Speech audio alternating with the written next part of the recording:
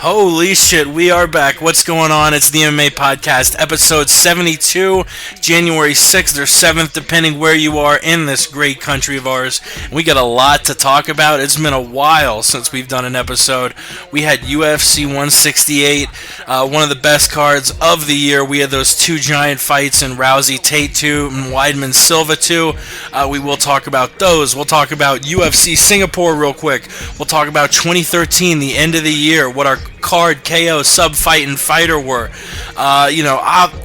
Obviously our beatdown of last month, the fight we're pumped for this month. Cruz out of 169, Faber in, that was announced today. We got a lot to talk about. Let's do this shit.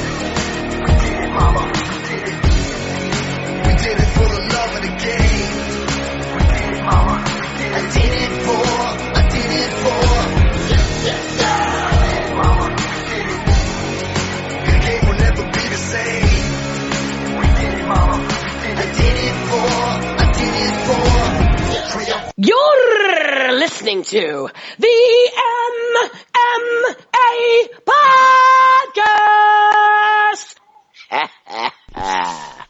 And thank you so much for tuning in. Like I said, it is the 72nd episode of the MMA Podcast. Just a couple weeks ago, we had our first half episode. I didn't want to call it a real one because it was only me literally doing a show off my phone in an SUV. But this is the official episode 72, and like I said, we got a whole lot to talk about, especially UFC 168 and the results of that. Currently, we did have 3 other people on, but I think the third, a transformer just exploded outside of his house, and he had to go check out the situation there. So our boy Ross Finkelstein did need to pop off for a second, but you can always follow him on Twitter at Ross Finkelstein, E before the L. We also have 2 of my good friends on the line. First and foremost, he is a multiple-time gold medal winner. He is an up-and-coming UFC prospect. You can check him out. I believe the website is MMA Draft, doing work for Fight Parrot. He's all over the MMA scene. He is sponsored by the MMA Podcast, sponsored by the Word on the Street podcast. It is Yao in Chroma. What's up, dude? Hey, how you guys doing? Glad to be back as always. The MMA Podcast. You can follow me on Twitter at Yao_the truth. And shout out to the MMA enthusiast on Twitter. Yeah, definitely one of the cooler people I've come across recently. Ross, I was just plugging your Twitter. What else is going on? Holy shit, some big things are going on. Some big things are popping, and I mean that literally because as we were going on the air, I heard an explosion, or a faint explosion, and every house around me went pitch black. The streets are black, except for my house. That is just, I cannot fathom this. I have no clue what's going on. I can fathom it. I've heard of it before. Well, obviously I'm fathoming it. I hear generators pumping right now. I guess the house behind me has a generator going that just automatically kicked in. Something's going on. I have no clue. Find me on Twitter at Ross Finkelstein, E before the L, like Jake said. It's been a relatively good 2 weeks for me, as we all know. I really don't have, normally I would give you the whole, E before the L, blah, blah, blah, Jew is back, Jew is...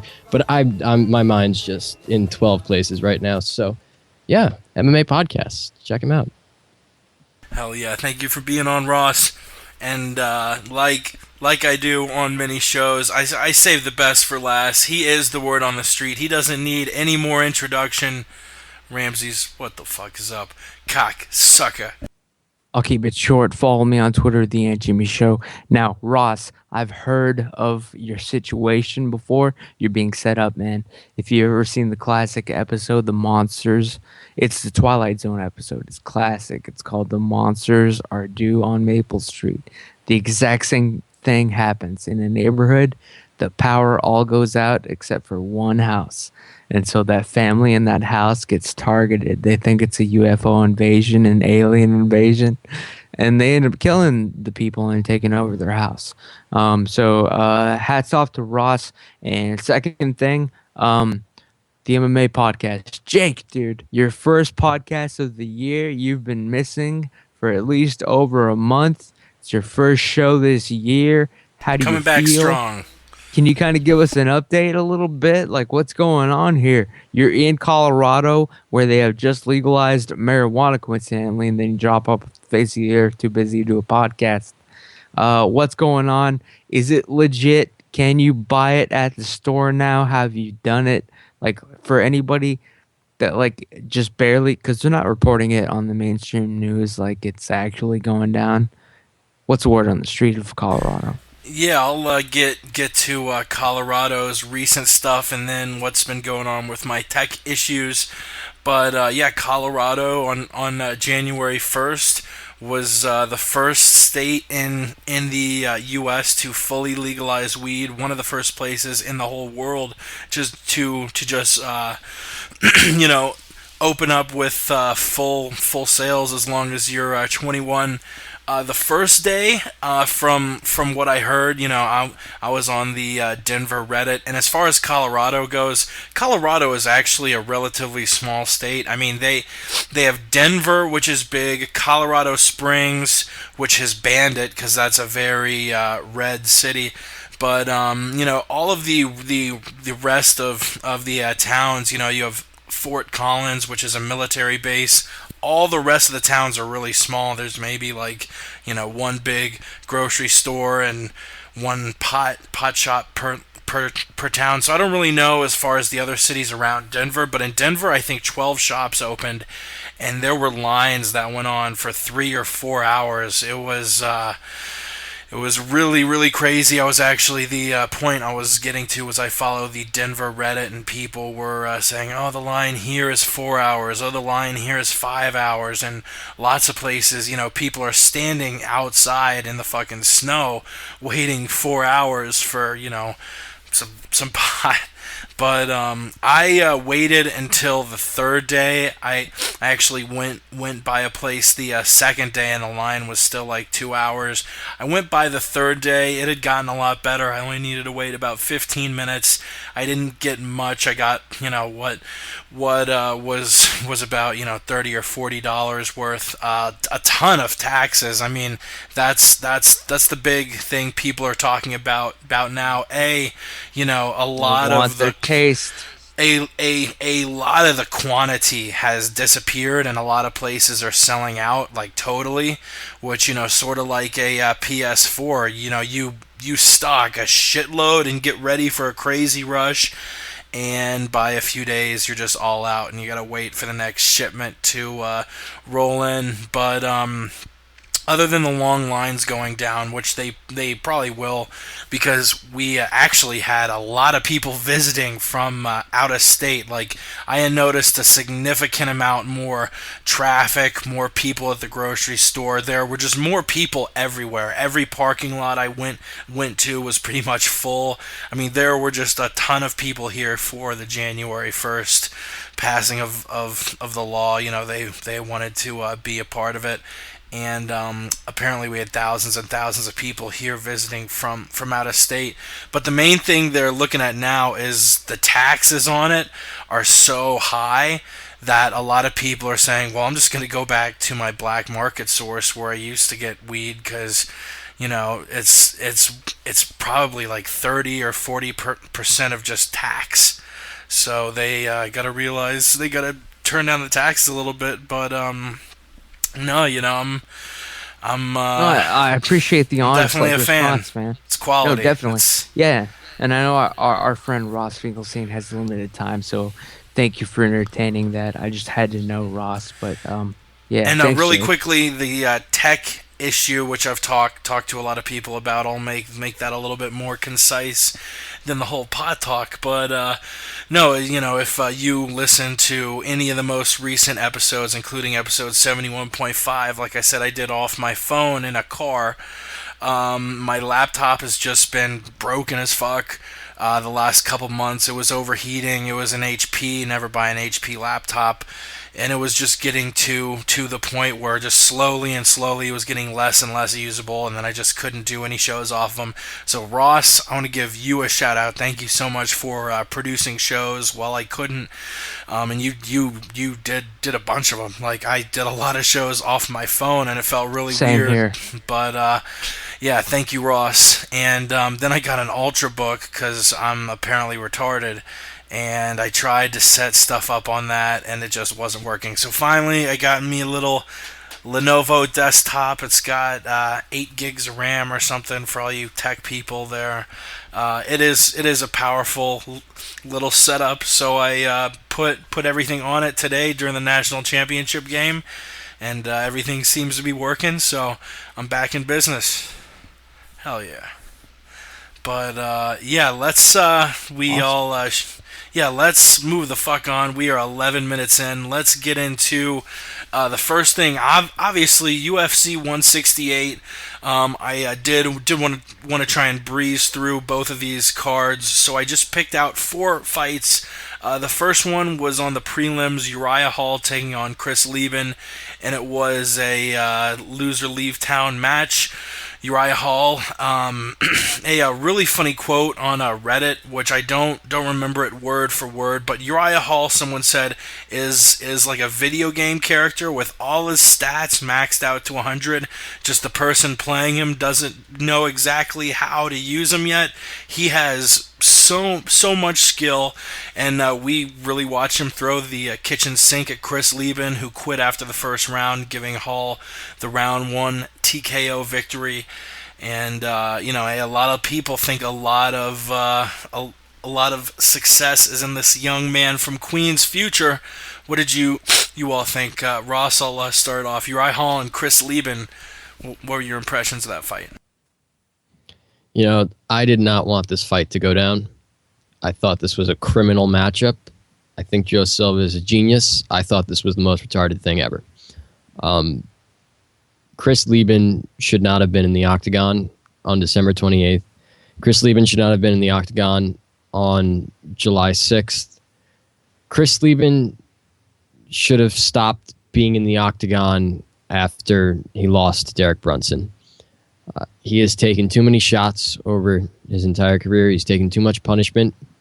And I'm not one to talk about fighters being punch drunk or brain damaged. I'll leave that gimmick to Ramses. But this is one case where I can truly say that there was a punch drunk fighter in there who should not have been in there. And all the credit to Uriah Hall. He's an unbelievable fighter. He fought the right game plan. He circled. He hit him with that jab. He threw those kicks, and finally he just hit him with those punches. I forgot what the combination was. I'm not really thinking straight right now. I got a lot of things going on, like I've said. But on the stool, Quadian. It wasn't. He knocked him out, and then they woke him back up, put him on the stool to go for the second round, and he had asked had he been knocked out, which he was. He was done. It was really, really, really difficult to watch, and I haven't had a lot of those moments where I go, wow, that was hard to watch. That was one of those moments where I was like, wow, that's really hard to watch. So all the credit to Uriah Hall. He's a fantastic fighter. I'm glad to see that he finally went out there and put on the performance that we all know he's capable of. It's just a shame it had to be that way, and it had to be against the guy he did it against. So hopefully this is the end of Chris Lieben. Yeah, I couldn't agree anymore. I didn't want to watch it. I've spoken with Chris. His wife actually was the one I spoke to set up the interview. They both couldn't be any nicer.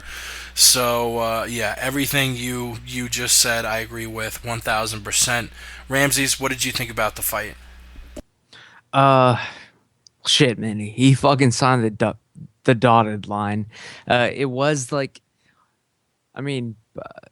fuck, man. Like, at least Chris Lieben had the sense. He still had the sense to tell his team, the corner, the judges, like the pay-per-view, not the pay-per-view, the audience, that he was done. Like, he recognized that fact. So at least he still has that sense still left in him. He wasn't stubborn to where it would have cost him. Like, I mean, he would have been brutally knocked out in round 2, save for some fluke miracle punch knocking out Uriah Hall, which at that point, like, I mean, it'd be 1,000-to-1 shot. Honestly, Chris Lieben quit. He knew he was done. He recognized it. That's a good sign, like, in and of itself. And I'm glad that he had the sense enough to throw in his own towel. So hats off to Chris Lieben. Great career. Honestly, you know how I am. It was a big name to put Uriah Hall over. The UFC knows they need a couple new guys to fucking build up this year. That's how I feel. But yeah, Uriah Hall definitely earned his fucking stripes. He beat a big name and a tough son of a bitch that could have knocked him out and just knocked him out of the UFC, back into the minor leagues forever, or into retirement himself. It was a loser leave town match. Uriah Hall won. He earned it. He totally deserves it. It's a good thing that Chris Lieben didn't fucking come out for round 2, in my opinion. Yao and Uriah Hall knocked over a Queens gas station in June 2007. What'd you think of the fight, Yao? I've never been so happy in my life before. After I saw Uriah Hall win on Saturday, we grew up in the same area, Queens, New York. That's where I live right now, and to see him win the way he does inside the octagon, especially last Saturday, is so inspiring. Like, he's giving us something we've never really seen before. Like, the way he strikes, his striking, his stand-up in general, we've never really seen it done that way before.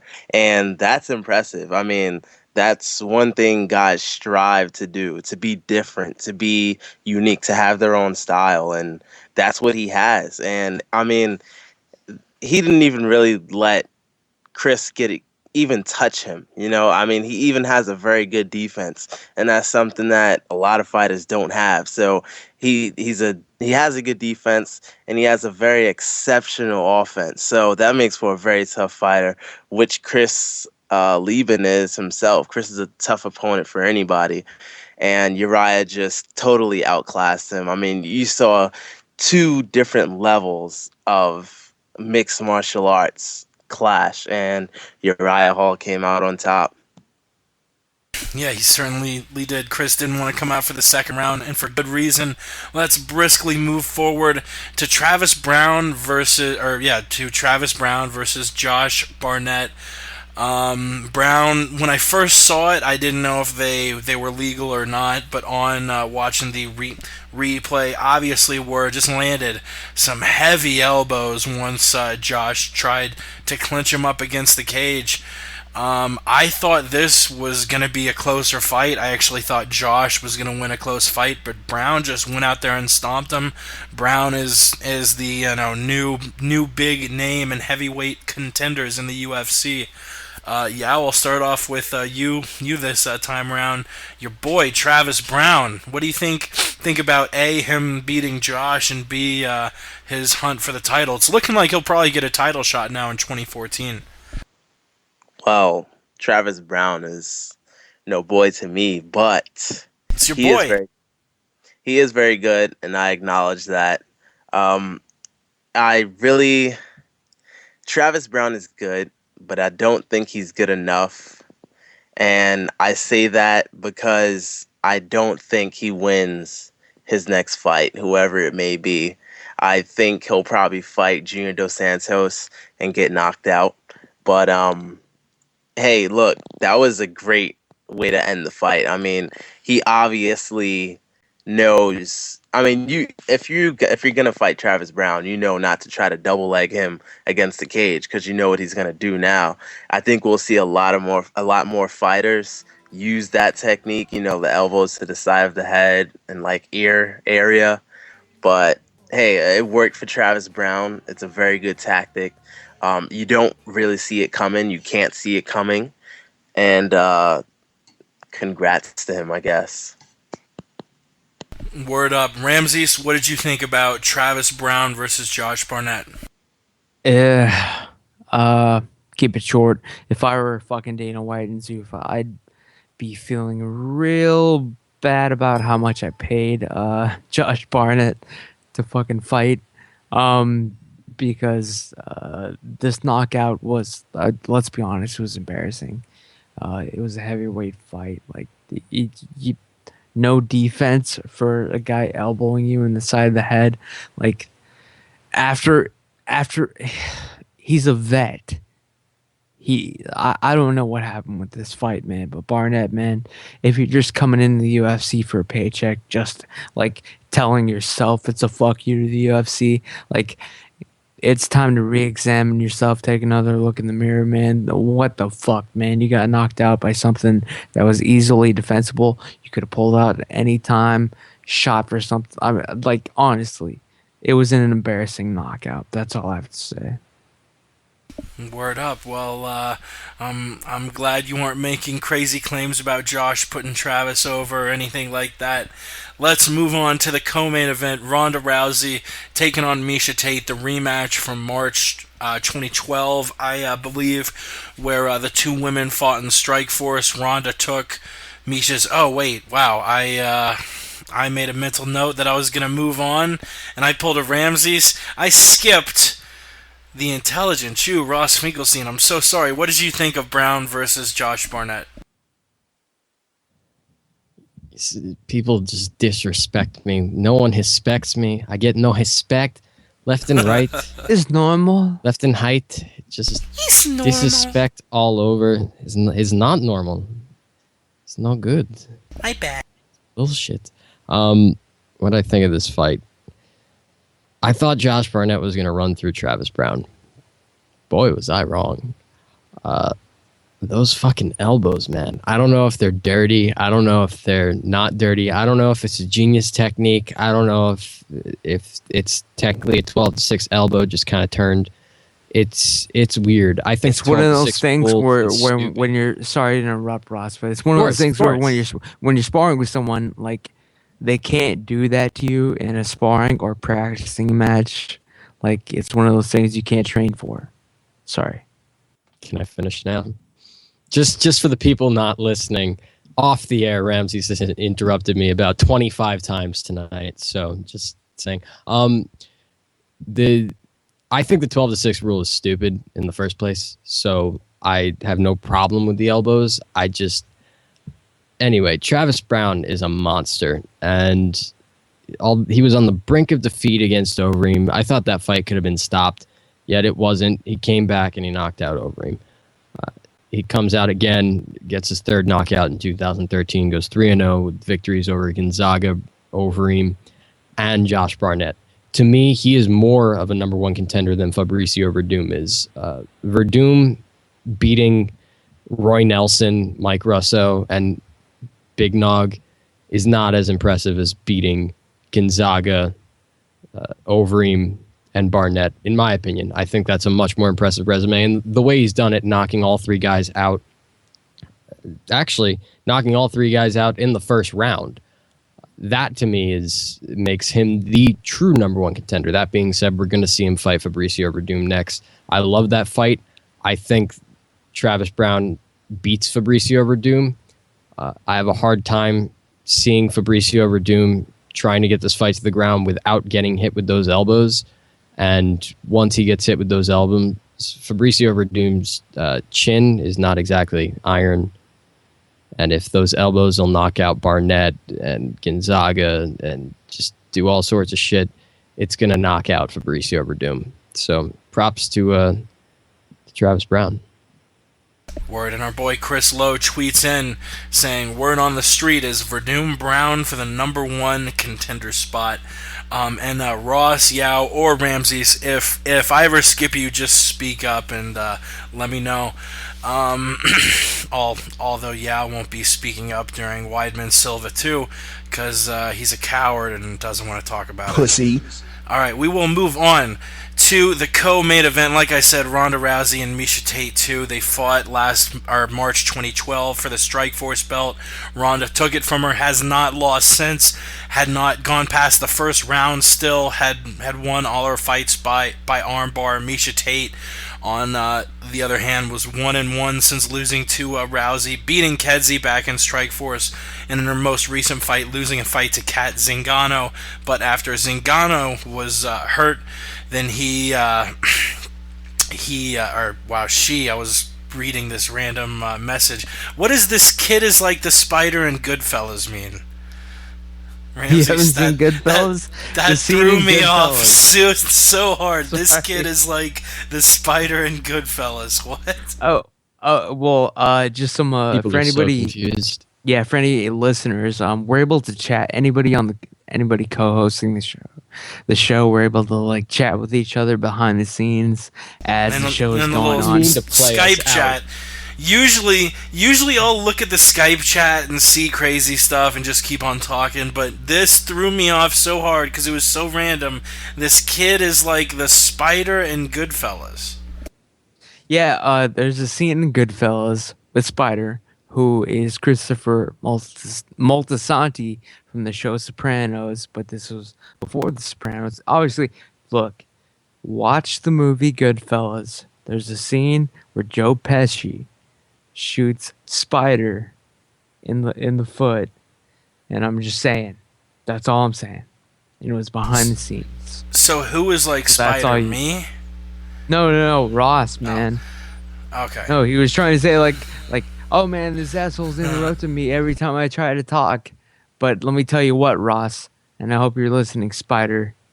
You're the server at the poker game in this situation, is what I'm saying. And I'll tweet you the link right now. Anyone that's listening can watch it too. But trust me, it's with love, man. You know, I'm just fucking with you, man. Ladies and gentlemen, I have a message to all the people. Sorry, Jake, for completely derailing your podcast here. Don't just bail. Don't promote smoke your shit first. Crack. That is my lesson. Continue. No, that was it. Kids. Watch. I'll tweet it out. Follow me. Thanks, Ross, for the plug. The Aunt Jimmy Show on Twitter. I'll tweet out the link. Spider and Goodfellas. Just remember, it's Ross. That's it. You know all right. what I'm saying? And I'm So the we had Robert, and I'm the Bobby De Niro of the scene, not the Joe Pesci. All right. So we had Ronda Rousey and Miesha Tate taking on one another in a rematch at UFC 168 in the co-main event. They were coaches opposite one another on the most recent season of The Ultimate Fighter. A lot of bad blood there. And I actually thought the same thing, and it was hilarious hearing the Fighter and the Kid podcast, which I would highly recommend. Brandon Schaub making the point, when Miesha Tate walked out, and she's walking out to Katy Perry, and she's smiling and wearing headphones, and her shirt has like a cupcake with a smile on it. Brendan Schaub said, I knew right then and there, oh, Miesha thinks this is a game.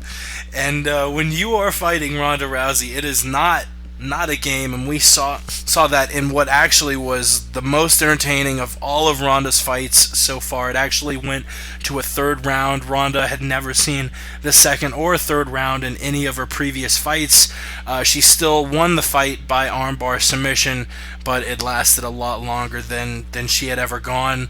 I'm really sort of mixed up by the game plan that Miesha was using, trying for takedowns over and over, and Ronda every time would turn a Miesha takedown into just a beautiful judo throw. She's so good at just managing that weight and force and turning it into something else. And Ronda was definitely up 20-18 after 2. Won it in the third round. It was a really impressive fight with Ronda showing she could go past the first round and stand and throw these wrestling takedowns the other way. Ross, what did you think of this fight? Did it win fight of the night? Yes. Yeah. Yeah. This fight of the night. What did you think of it? Wow. That's what I thought of it. I thought Ronda Rousey is a monster. I've always thought Ronda Rousey is a monster. I've always thought Ronda Rousey is a monster since the day she got into MMA. I've been a Ronda Rousey fan since day one. And it's kind of interesting because I've seen people become fans of her, and I've seen people just as quickly as they became fans of her completely turn their back on her and call her a bitch and this and that. And I just laugh at it because I've stuck through the entire time. Ronda's real. And I like that. I like someone who doesn't give a fuck, speaks their mind, and that's who they are. They're real. I like to be fans and associate with real people, not people who are just going to give you a bunch of bullshit like Miesha Tate. Ronda Rousey, if people doubted her, I mean, there were doubters there who said, oh, she can't make it out of the first round. Once she gets out of the first round, she's done. Oh, she can't stand on the feet. Once she stands on the feet, she's done. Oh, once someone defends the armbar, she's done. Miesha Tate and Ronda Rousey stood on the feet, and she beat the fuck out of Miesha Tate. She went out of the first round, and she had cardio for days. Miesha Tate got out of the armbar multiple times, and she still ended up beating her with the armbar. And almost beat her with a triangle. She was actually on bottom for most of the first round in that she had the triangle on Miesha Tate, and she was busting her up completely. Ronda has incredible strength in her legs. Her guard is second to none as far as women go. She's a world-class athlete. Every time Miesha Tate would try and shoot in, she'd just throw her on her freaking head. She did not give a fuck. And those slams are just so beautiful. Her tosses, her throws are, it's insane. You won't see that from anybody else. Ronda Rousey is the best women's fighter in the world by far. Ronda Rousey is the best unarmed woman, is the most dangerous unarmed woman on this planet by far. I don't think anyone beats her. I think she reigns supreme until she decides she's done and wants to go do movies, which won't be long. Ronda Rousey, you're fucking awesome. I like Ronda too, and all the people who gave her a lot of shit for not shaking hands. You know, just like you said, Ronda is not gonna act one way or another, and even said afterwards, look, if anyone's mad and wants to boo, what the fuck ever. But you know, she said a lot of things, not just about me, but about my friends, about my teammates. So as long as they still have something going, no, I'm not shaking this girl's hand, which you know, I totally you know. I thought it was kind of bizarre that, you know, watching Tough, I the entire time was like, fuck yeah, Rousey's, you know, speaking her a fucking mind. You know, it's time for Team Tate to leave the gym. She says, hey, get the fuck out of the gym. You know, it's not a bitchy move. It's, you know, taking her allotted time in the gym. And I think just a lot of people weren't mature enough to see when Ronda was crying, they saw an unbalanced person and this mean, you know, bitch, whatever. And what I saw was a woman who was really, really, really dedicated to her, to her team. And yeah, I respect the shit out of it. Pardon me for that burp. I had a couple cold beer during Auburn versus Florida State. Shout out to Front Row Brian. Yao, I apologize. You said you wanted to lead off this, but I missed that in the Skype chat because I had to close it off just in case Ramsey said something else ridiculous that threw me way off. Yao, what did you think? Rousey, Tate 2. Rousey defends her belt. Yeah, this fight really pissed me off badly. I've never gotten this mad over a fight before, and it was bad, man. I mean, if you look at great champions like George St-Pierre, for instance, Cheater. if you look at his fight with high-level grapplers such as Jake Shields, what did he do? Greased himself up. He kickboxed him for 5 rounds. If you look at Phil Davis when he fought Vinny Magalesh, what did he do? Kickboxed him for 3 rounds. I mean, Phil knew he was fighting a high-level jiu-jitsu artist.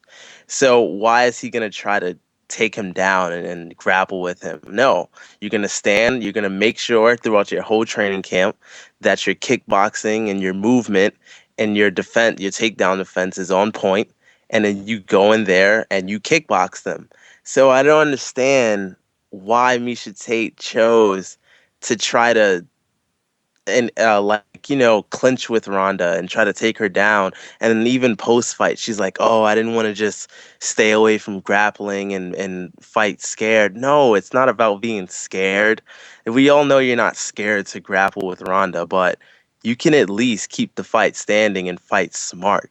There's a difference between being scared and being smart. So it really, really boggled my mind. I don't understand it. It still does. Hopefully one day I can ask her what she was thinking. I honestly think she could have really tightened up her kickboxing and just kickbox Ronda for 5 rounds. I mean, it sounds simple. It's very hard, but it's possible. So I mean, that's all I have to say. Yeah, it was definitely a questionable game plan by Miesha. Ramses, what did you think of this scrap between two of the best women in the world? This was Miesha's fight to win or lose, honestly. She was 1 or 2 punches away in Ronda's face from being the champion. I don't know why. I honestly thought she would have to punch Ronda at least maybe 4 times. Significant strikes, of course. Maybe 4 times, and it would be all over. But she kept trying to kind of go to the ground and kind of set it up for Ronda. I'm not saying it was a work. I'm not saying it was a fucking work. All right, you heard it first. I'm just saying. Yeah, I agree. Miesha's game plan was flawed. All she has to do, Ronda Rousey, and I mean, I'm sure Dana White is, thanking everything he believes in for this. She was seriously 1 or 2 punches away from being worth nothing. Of course, except if Miesha had been the one to beat her, that would have been acceptable because you could set up a possible trilogy. You could do that. But now it's a guarantee that Ronda is the cash cow. Next fight's going to be a work. McMahon, give me a break. You heard it here first. Sorry, got to do it. Word on the street. Sarah's definitely, you bring up a pretty decent point because it was announced after the fight that she would be fighting Sarah McMahon at UFC 170. A quick, just 2-month turnaround, basically, going from 168 to 170, and she'll be the main event of that. Before you wrap up your thought really quickly in 140 characters and less, who wins Rousey and McMahon, yeah? I mean, well, you just heard it. Ronda Rousey. All right, Ross? Sarah McMahon's fantastic. She's not Ronda Rousey. Ronda Rousey wins. Yeah, Ronda's got too much skill there. I have Ronda as well. But go ahead and wrap up your thought on Rousey versus Tate before we move on to the main event. Weidman Silva 2. Was that for Ross? No, I said finish up your thought on Rousey Tate. Oh, before move. Oh, sorry about that. Yeah, it's pretty. Well, if you're asking me, man, the McMahon fight, no question about it.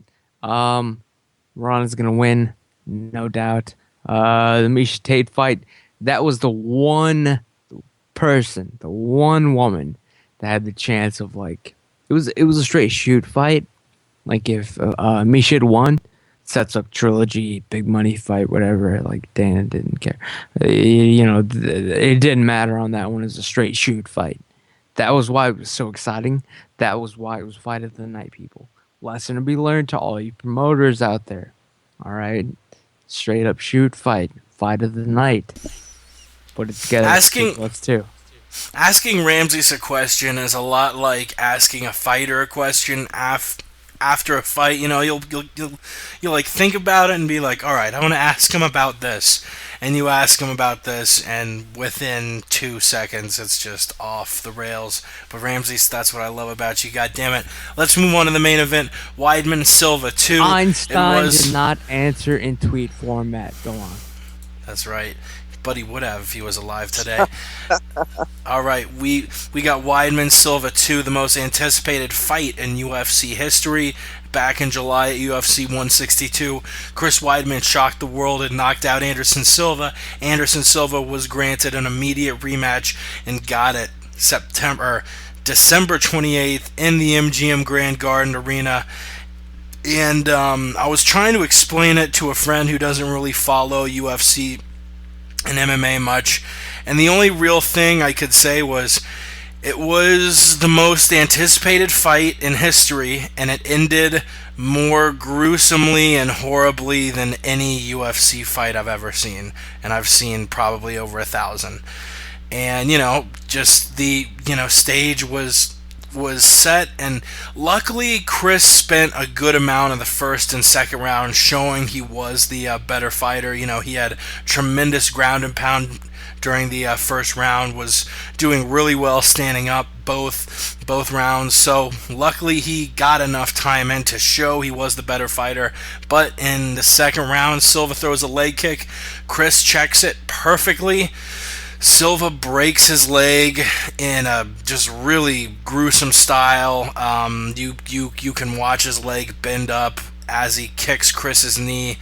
Is screaming, writhing in pain all the way into the bowels of the MGM Grand Garden Arena, where he was escorted to a nearby hospital in an ambulance. Really, really gruesome, and just sad because a lot of people were thinking, all right, Silva's done now. There's no way he will ever come back, and he's, the best ever is going to go out just gruesomely. It was really bad. Luckily, we've heard news since about a possible 6 to 9 month comeback. His surgery went very well. He had a titanium rod put in his tibia that'll likely be there the rest of his life. It was definitely something. Man, it was horrible, but at the same time, I'm glad Chris is the champion because I really think he is the best 185 pounder in the world. Ramses, I'll let you lead off. What did you think of this? This fucking fight. Silva Weidman 2, the rematch, man. Honestly, I was wrong. I thought they were going to give it to Anderson Silva. I thought Silva was going to be the fucking, honestly, after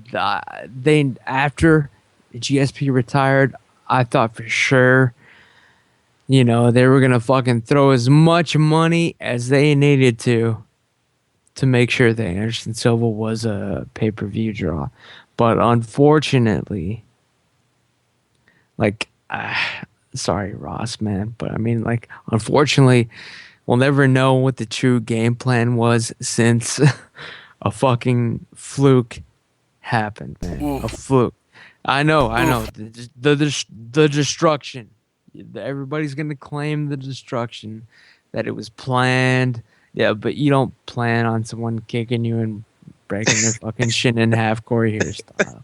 I'm sorry, that is not a plan. That is not a game plan that you walk into a fight with. That I'm going to throw up my knee and it's going to break Corey Hill style. Like they knew the leg kicks were coming. They planned on it. They trained on it. But I'm just saying that was not the winning game plan. The winning game plan was what won him the first fight, man. He straight up Chris Weidman knocked out Anderson Silva in round 1. I saw it with my own eyes. His eyes rolled back in his head. He was out.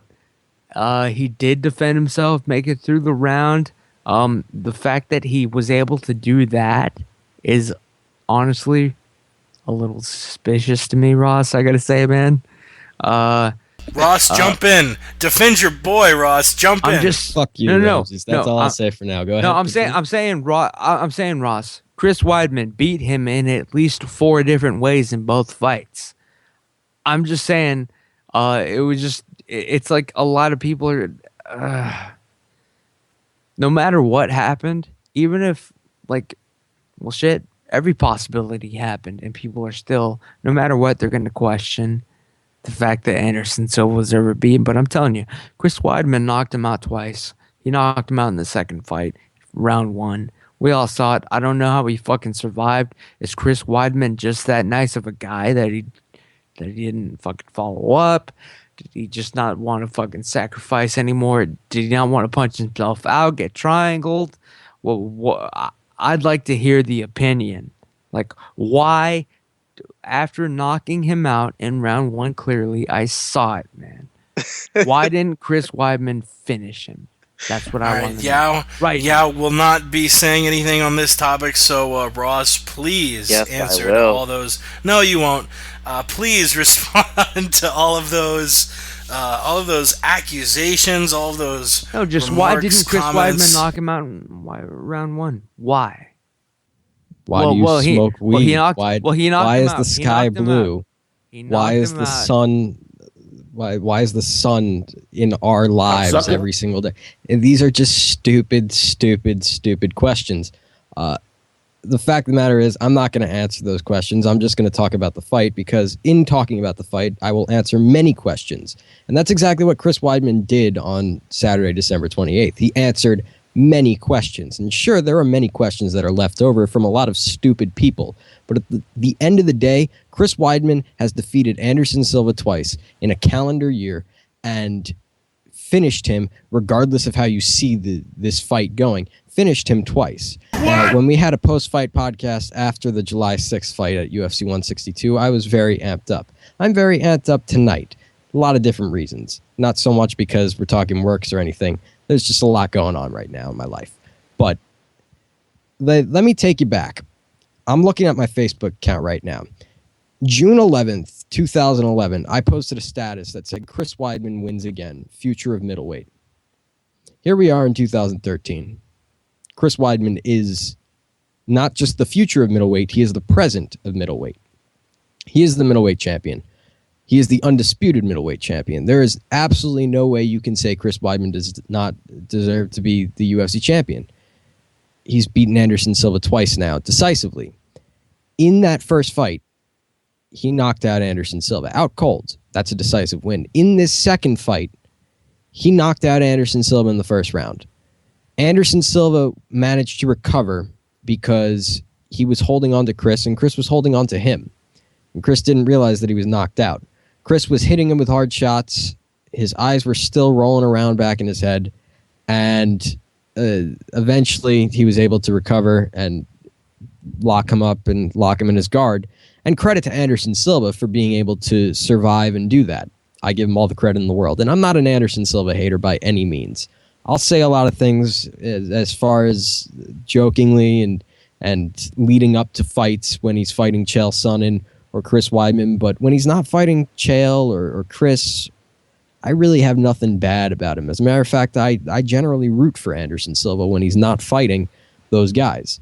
That being said, Chris Weidman did everything right in that fight. He beat him up. He nearly had a 10-8 round in the first round. He dropped him. He was battering him with shots on the ground. Then in the second round, we didn't see much. But what we did see was intelligence by Weidman. His ability to move in and out and his timing. He knows when Anderson Silva is going to attack. He knows when to move out of the way. He studied Anderson Silva perfectly. He's just mentally stronger than Anderson Silva in every single way possible. And at the end of the day, he's an overall better fighter because of it. He went back in that first fight. That first fight, he was hit with many leg kicks, and he wasn't checking them. And he said it today on the MMA Hour. He was having trouble walking after that fight for about a week because his legs were sore, which is understandable. He didn't want that anymore. He went back and he fixed that. And what he fixed, what he did wrong in that first fight, won him the second fight. He checked those leg kicks, and he put the knee on the shin, and it was good night for Anderson Silva. And Anderson Silva should have known better because he had thrown a leg kick earlier in the round, and it was checked.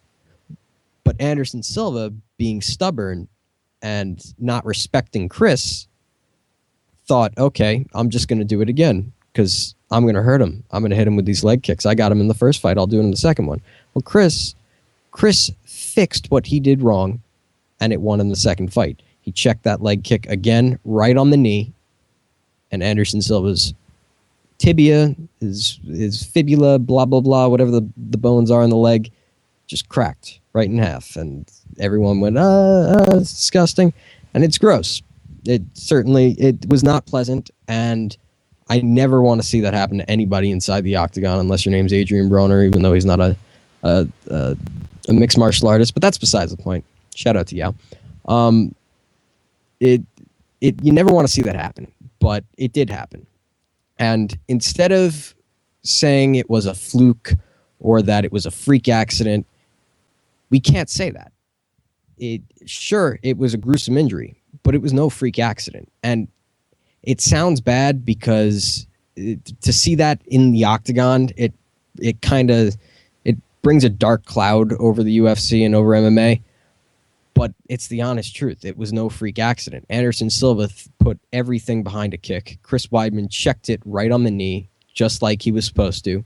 And the destruction happened. Anderson Silva's leg just snapped in half. It's what happens. It was no freak accident. It wasn't planned for his leg to break. It was planned for him to feel pain when he checked that kick, because that's what the goal is. The goal is when you check it on the knee, if checked properly, if you check that kick properly right on the knee, you feel no pain. The person kicking feels all the pain. Normally when you check a kick, you still feel something. There's no stopping it. When you check it on the shin, you still feel something. When you check it on the knee, the way Weidman did, you don't feel pain whatsoever. And the other guy absorbs every bit of it. And that's what happened. And just complete credit to Chris Weidman. He knew exactly what to do. He knew exactly when to do it. Nothing bad you can say about the guy. And anybody that thinks that he's not the true champion or that he's got 2 fluke victories, stop watching the sport right now because you're fucking stupid. That's all I got to say. Yeah, all of a sudden you want to speak. What does the truth have to say? No, yeah, I just wanted to share my thoughts, that's all. I'll start off by saying I did not know who Chris Weidman was until he beat Anderson Silva in July. I now know who he is, now that he's beaten Anderson Silva for the second time. I was rooting for Anderson in both fights, especially the second fight. How dare you? I really thought he could get it done. It's a shame. I know what was coming after that leg kick. I really feel like if that leg kick would have happened, a Mortal Kombat fatality type of attack was coming to follow up after the leg kick, and we would have had a 2-time middleweight champion. But that leg kick was stopped, and the whole combination was stopped. So we didn't get to see what would happen, but congratulations to the new middleweight champion and, defending champion Chris Weidman. It was actually still champion. I said defending. Jake, is it okay if I jump in real quickly and just comment on that? Jump in, son. First of all, that was stupid. And I'm gonna queue up Ether because I'm pretty sure you're about to Ether Yao. All right, I'm queuing it up. Go ahead. It's going down on the MMA podcast. Son. I don't like to attack another person, but I gotta attack you right now. That was the dumbest thing I have ever heard in my entire life. And Yao, you know it firsthand. I've never been wrong about anything in my entire life ever. There's never been anything that I've ever said that has been a lie. There's never been anything I've ever said in my entire life that has turned out to be false. So when I say that was the dumbest thing I've ever heard, it actually is true. That is the dumbest thing I have ever heard. As a matter of fact, that is the dumbest thing ever said in human history.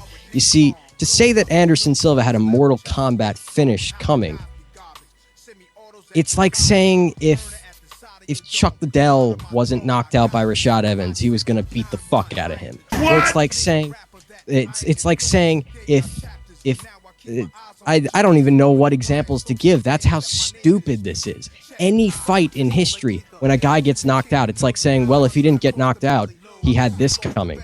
Well, if he didn't get submitted, he had this coming. It's a fight. And the fact of the matter is, he got his ass kicked. Twice. July 6th, December 28th, 2013. Days that will live forever. As nights that Anderson Silva was beaten brutally by Chris Weidman. That's all I have to say. Thank you, ladies and gentlemen. Damn. If I could yeah. Go ahead. I mean, bringing up people being knocked out is different. His first attack was stopped. That's like if I'm running to jump over. That's like if I'm running to jump over like This is obviously a racist podcast. Sorry. Go ahead. The truth comes out. No, but seriously, bringing up people being knocked out and saying, oh, well, if they didn't get knocked out, it would have won. No, his first attack was stopped. There was a combination coming after that kick. I saw it. I saw it coming. The kick was stopped. That's it. It's like if I'm running to jump over a lake or like a puddle, and you trip me. I can no longer jump over the puddle because you stopped. Okay. We get the point you're trying to make. Sorry, Ross. First off, yes, this is a racist podcast. No, it really isn't. But that doesn't make any sense. And am I wrong here? Of course I'm not wrong. I'm always right. What I'm saying is I saw a combination coming. That's all I'm saying. I saw a combination coming. That's it. That's all I'm saying. So here's a point too. When Bigfoot fought Kane for the first time, he was taken down, elbowed, and just beaten up brutally. It was so one-sided. One of the most one-sided fights I've ever seen. And we are back. I do apologize about that. For those listening to us on the iTunes or on the YouTubes, it'll sound like just a quick 1-second interruption. But actually, it's been about a day. It was really bad luck. I got my new rig yesterday, and yesterday was actually the first time in 7 months since I moved into my apartment in Denver that the internet just completely cut out for like hours. And I'm assuming it was because of the rolling probably blackouts. It was snowing. It was very cold. It was in the negatives. And luckily I was able to get back on to my phone and talk to the fellas, and trust me, we had a few ridiculous chats, but I wasn't able to keep the podcast going as I was just on 3G on my phone. But we are back. We were breaking down UFC 168. Things were getting a little testy between Ramses, Yao, and Ross, but we are going to move on from Ramses versus Silva, from Weidman versus Silva. We are still joined by Ramses. You can follow him at the Aunt Jimmy Show, and Yao. You can follow him at Yao the Truth. And we've already done the intros. So before we leave UFC 168, it was something else for just for so many reasons. I think 168 will be one of the most memorable cards ever. Because it was the most pumped up, the most anticipated fight ever, along with the fact that it was one of the most gruesome endings ever. It was maybe, most people that night thought that we saw Silva's career end. So we saw one of the most horrific endings of one of the greatest careers ever. If he doesn't step back in the cage, I was literally just sitting around like staring at like my desktop for a while after, just thinking like, what do I make out of this? There's a ton to a grab. Tate lost again. Brown is now this top heavyweight. Weidman, I didn't mention his name, but he showed the world that UFC 162 was not a fluke. He's going to be fighting Victor Belfort next. A lot of stuff to take in. But after it was all over, the pay-per-view ended, you watched the post-fight press conference. What was the one thing you took from UFC 168, Ramses? Well, there was really no lesson except I guess, everybody fucking loses. Everybody, even the best. He came back, and I did learn that Chris Weidman wasn't a fluke the first time. He actually is a better fighter than Anderson Silva at this point. He knocked that man out round 1 in the rematch. I saw it with my own eyes. And Anderson was out for a second, got woken back up by more punches. So, lesson learned, Chris Weidman is for real. I won't deny it anymore. Even though we haven't seen much from him, we saw enough. He knocked out the greatest of all time twice, in my opinion. That's the lesson. Word on the street. Yeah, and I kind of find it really bizarre. A lot of people don't want to give Chris the credit. I saw a bunch of people talking in a thread on Reddit today saying, what if Chris would have fought a Silva that was Chris's age? Oh, Silva would have knocked him clean out. Silva would have killed him.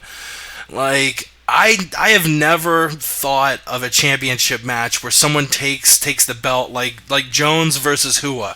People weren't saying, oh, what if Hua was 24? He would have killed him. No, they were saying Jones is the new beast, the new champion. And Weidman does not have a lack of quality guys who want that middleweight strap. You got Jacare Souza, Lyoto Machida, next in line, Vitor Belfort. He definitely has a long road forward, and if he gets past those 3 obstacles, I mean, Jesus Christ, we got to start talking about him up in that upper echelon with John Jones and Aldo. Yao, what did you take away from UFC 168? Sorry about that. Yeah, I took away a lot from UFC 168, but the biggest thing, there was too many things, but the biggest thing I can say is congrats to Chris Weidman. He won the biggest fight in UFC history. That he did, although it was by when I used the word fluke, the fact his leg snapped was a little bit of a fluky thing. It was something that is going to happen once out of every 1,000 kicks that Chris checks.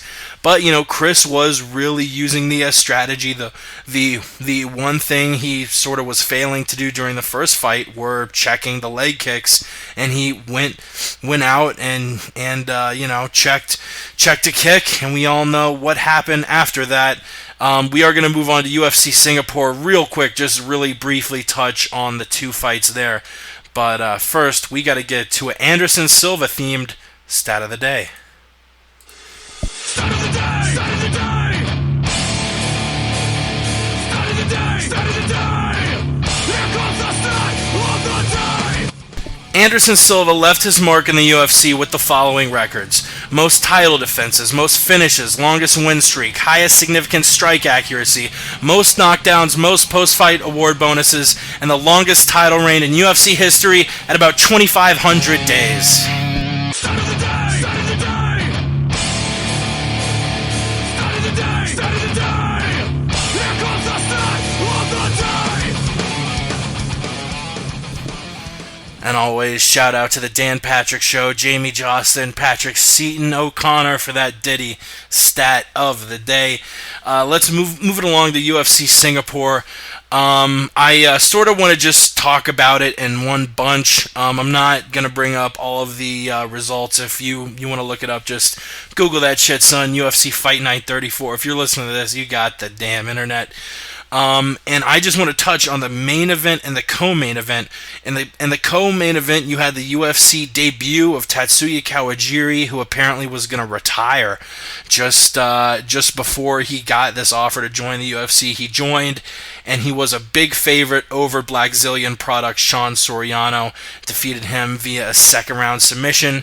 And in the main event, we had Tarek Saffiedine defeat Hung Yu Lim via unanimous decision. The fact that Lim still went out there in the 5th round, he was really fucked up. He was pretty badly beaten by just the high level kickboxing of Tarek Safadine. But the dude is a warrior, went out there, fought the 5th round, fought all 25 minutes, actually needed to be carried by his teammates into the post-fight presser. But, even though he lost, and he lost handily, I'm definitely looking forward to the UFC future of him, just because he showed that he is a damn warrior. But UFC Singapore, we had to wake up super early, I believe on the East Coast. The prelims started at 6:30 a.m. The main card started at 9 a.m. It was something we aren't really used to here in the U.S., being up at all hours to watch the cards. But what did y'all think of the card overall, the main event, the co-main, anything UFC Singapore, Yao? Yeah, the entire card was good. Anytime the UFC puts on a fight card, it's usually good. It's entertaining. The co-main event, Tatsuyuki Kawajiri, great job submitting Sean Soriano. He was undefeated. He was a very, very tough opponent, and he got it done. And the main event, Tarek Safadine, it's really going to take someone to outwork him, to beat him. You're not going to find too many people that can really strike with him on a very high technical level. So he put a huge beating on Hung Yu Lim, and he's just going to keep moving forward. For sure. Ramses, what did you think about UFC Singapore? We talked about it briefly. Did you think anything was fishy there in the main event? I'm not sure if it was the main event or not, but sorry, the co-main event, yeah. Yes. Oh, and before I point out an obvious work, I just want to say that the UFC Singapore event, to me, I was watching on the Fight Pass live in the fucking morning. I woke my ass up. Well, I had to. I have no choice. But stream was great. UFC Fight Pass so far, they passed the one test that mattered, which was the live stream of the event. I haven't heard anybody say it fucked up on them catastrophically.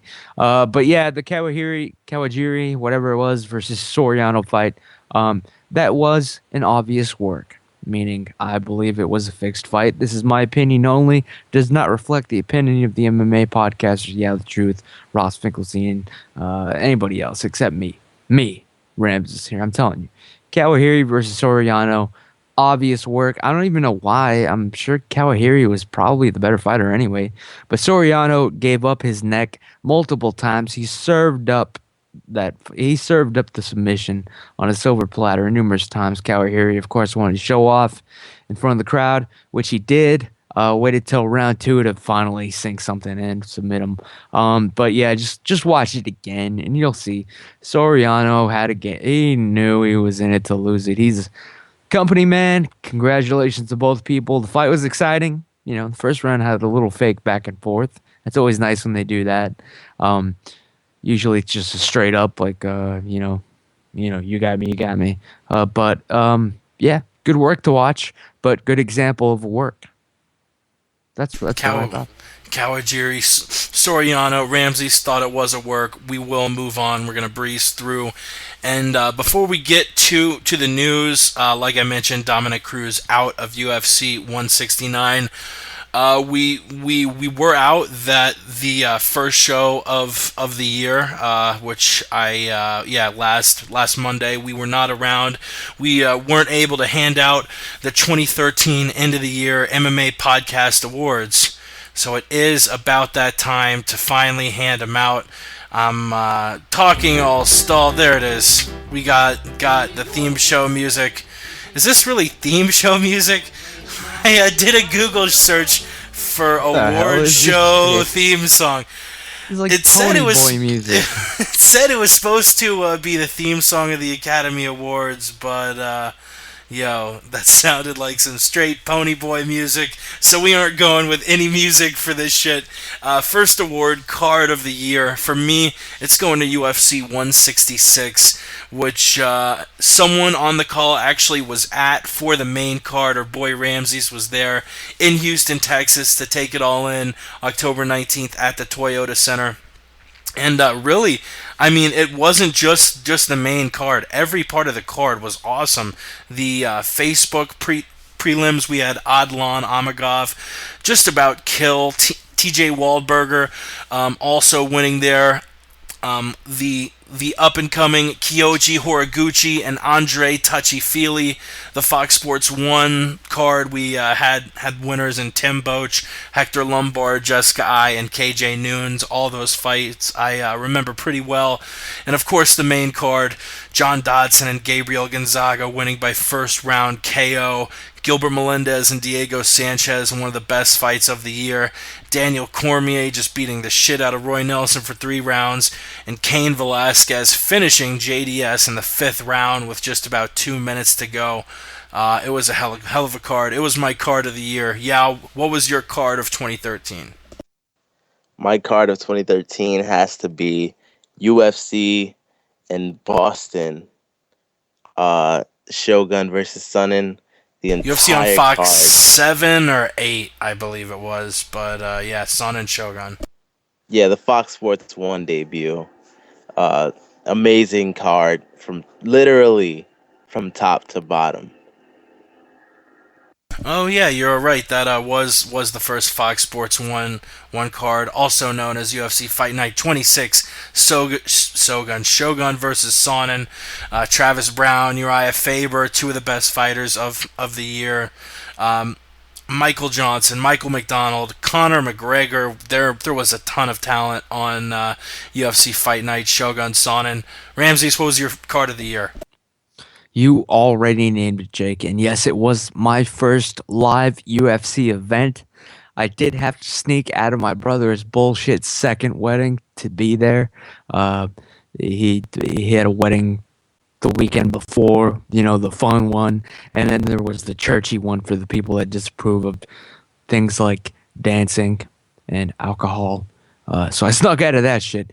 I got to UFC 166 just in time for the fucking Gilbert Melendez versus Diego Sanchez fight. That was the first fight in the UFC that I ever watched live.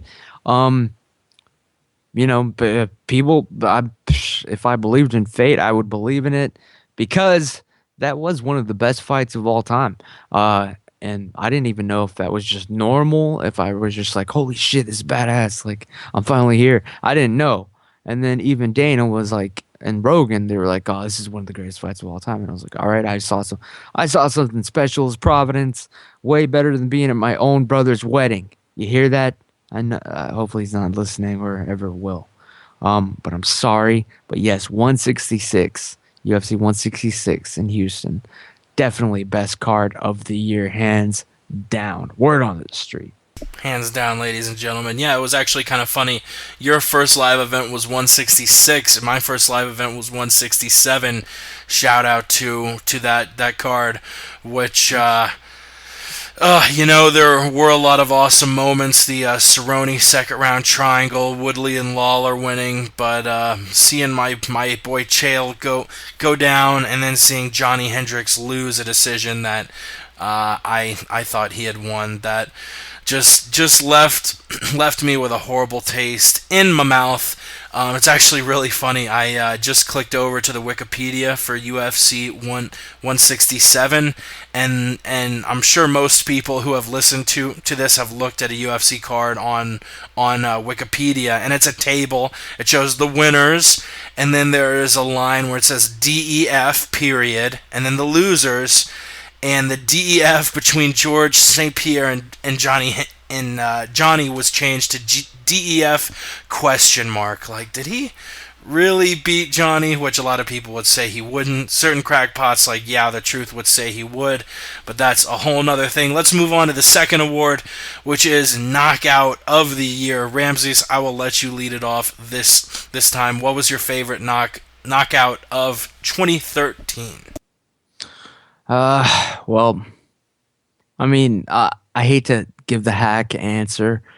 Obviously, Chris Weidman knocking out Anderson Silva. Why? Not because he was the greatest of all time, but because, I'm a big Chael Sonnen fan. Breaking news right here on the MMA podcast. And that was his nemesis. Finally, you see the greatest of all time knocked out like a clown. Like a goddamn clown. I loved it. I loved seeing it. I smiled for Chael when it happened. Everybody was in shock.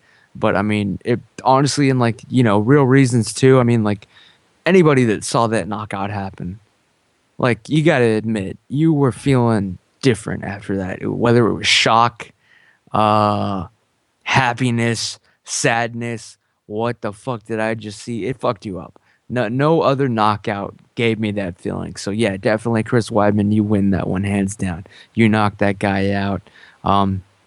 Hats off. Yao, one of your fellow Black Zillions had a couple pretty good knockouts in 2013, but what was your favorite KO of the year? My favorite knockout has to be Vitor Belfort knocking out Luke Rockhold with the spinning heel kick. Amazing. Something we very rarely see done inside of the octagon. So that's always exciting, Vitor showing us new things. So, yeah, that's my knockout of the year. My knockout of the year, I almost went with Vitor over Luke Rockhold, but Vitor's a cocksucker. So I went with Anthony Pettis knocking out Donald Cerrone. Just, Cerrone's a guy who can't take a lot of damage, and the fact that Pettis just put him out, that was really impressive. Also, honorable mentions to Chinzo... I'm looking up the other guy's name. Chinzo Machida. The other guy, Brian Wood. I forgot his name. He was knocked out. No, just Brian. Yeah, right. No, Chinzo Machida versus Brian Wood at RFA 11. I was actually there live. And if we're going outside the UFC, it was this flying knee of death. I actually had a cage side seat.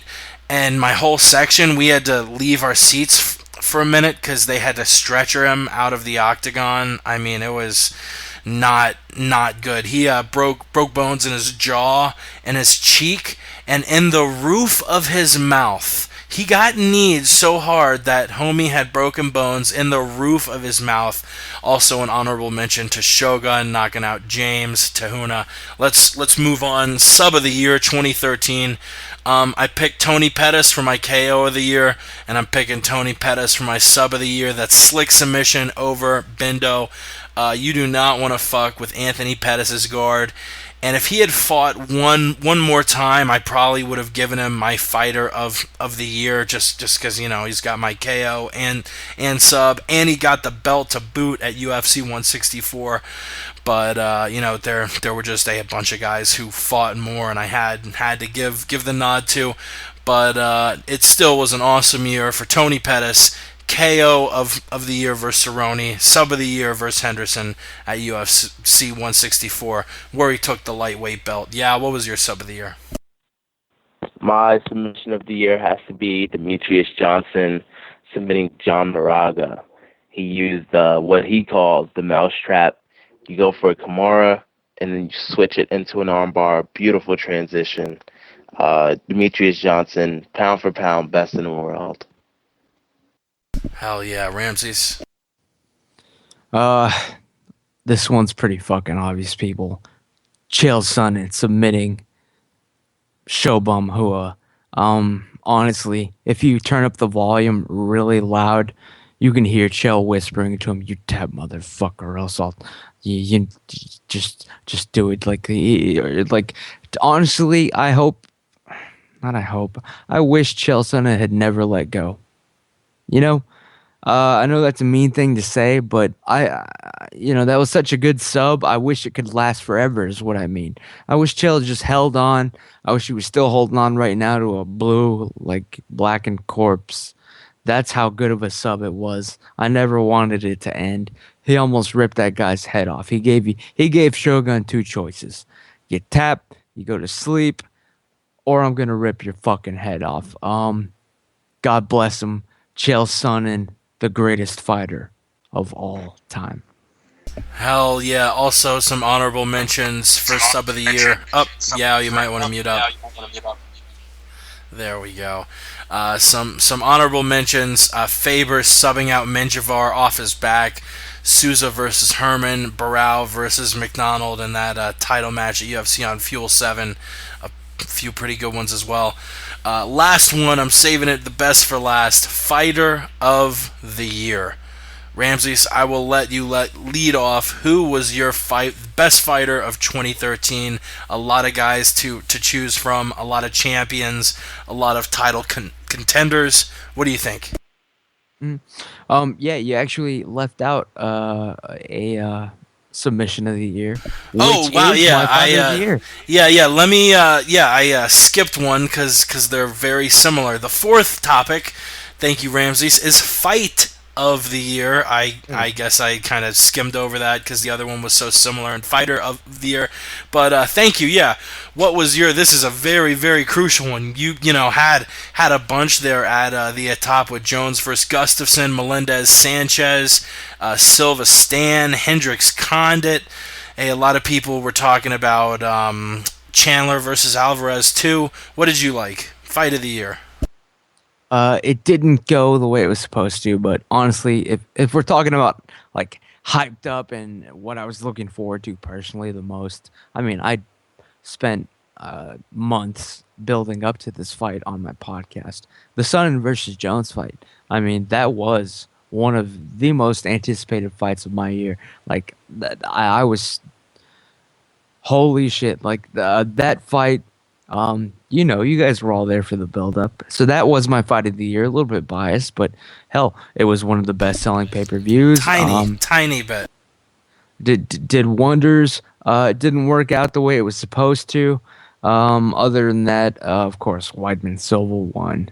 But yeah, don't ever forget Sonnen versus Jones. All right, it was a little one-sided. Champ just was having a bad day. That was it. Never forget, cocksuckers. Yeah, what was your 2013 fight of the year? My fight of the year for 2013 has to be Rory McDonald versus Jake Ellenberger. Amazing fight. Shut the fuck up, yeah. Yeah. For real, what was your fight of 2013? That was easily one of the worst fights of 2013. Yow, hashtag the troll. For real, what was your favorite fight of 2013, you crazy fuck? Like I was saying, amazing fight. very, very technical. Something you can actually learn from. And, not just closing your eyes, putting your head down, and swinging punches and hoping something lands. So, very, very good fight and something you can actually learn from. Alright, I was looking up the dolphin sound effect to play over you, but I'll save that for next time people start acting ridiculous. There were a lot of fights of the year. Melendez Sanchez and Hunt versus Bigfoot I really liked, but it was just a little too sloppy to call my fight of the year. I like Jones versus Gustafsson a lot. Just seeing Jones rally back in those last couple of rounds to ultimately win it was very impressive. But my fight of the year for 2013, I gotta go with Eddie Alvarez and Michael Chandler, the second one. I mean, both of these fights probably rank in my top 10 for favorite fights of all time. The first and second matches between the two men, and it was a great war. It happened everywhere. We saw striking, we saw wrestling, we saw jiu-jitsu, we saw clinch work. and I just thought pillar to post, it was a beautiful fucking fight. Now we are finally on the topic of Fighter of the Year. I mentioned a ton of guys: Belfort, Mighty Mouse, Weidman, Faber. But for me personally, I got to give it to Chris Weidman, and the reason I give him the edge over a couple of these guys who fought 3 or 4 times and did excellent, like Faber or Belfort or Mendez or Pettis or Johnson, whoever. Chris Weidman went in there against the greatest of all time. And, this myth, this legend like no other we had ever seen in the sport, period. And he finished him twice. That's all I got to say. Chris Weidman, Fighter of the Year 2013. Really impressing the shit out of all of us. He's my number 3 pound for pound. 4 below Jones, Aldo, and Kane. The dude has got a hell of a future. Yeah, who's your Fighter of 2013? I know you got a couple guys you like in Johnson and Belfort up in the runnings. Yeah, for my Fighter of the Year, I mean, when you choose a Fighter of the Year, you have to choose a person and say, okay, did they actually fight this year, or did they just go inside the cage? And anyway, my Fighter of the Year. Thank God Ross isn't on this episode. Go ahead. My Fighter of the Year is Demetrius Mighty Mouse Johnson, 3-0, 3 title defenses, and pound for pound best in the world. Hell yeah, Demetrius Mighty Mouse Johnson, the flyweight champion. Ramses, you have the final trophy to give out. Who was your Fighter of 2013? 2000 Fighter of the Year. Word on the street was without a doubt Team Sonnen. Champion, Ultimate Fighter winner season 17, Kelvin Gastelum. Undefeated in the UFC. Undefeated in MMA. Came out of nowhere. Everybody underestimated him. Youngest Ultimate Fighting champion of all time. They put names in front of him. He's ran through them all. Everybody expected Uriah Hall to just kick the hell out of this guy and knock him out. Didn't happen. He's earned every victory. He gets better every fucking time you see him. He's appreciative of of his coaches, of his situation. I mean, the Harley or whatever, they fucking auctioned it off for charity. Word on the street. Kelvin Gastelum. Definitely going places. Future champion. I'm calling it right now, predicting it. And of course, doesn't hurt that he was on my show 3 or 4 times now. But that just goes to show you what type of guy he is, man. Before he was something, he was taking the time to talk to people like me, and I'll never forget that. And that's why he was my Fighter of the Year. And honestly, undefeated. Only good things ahead for him. It's legit, not biased. Couldn't go to a better guy. I met him in Vegas at UFC 167. Very, very nice. Let's move on from the end of the year awards to the news.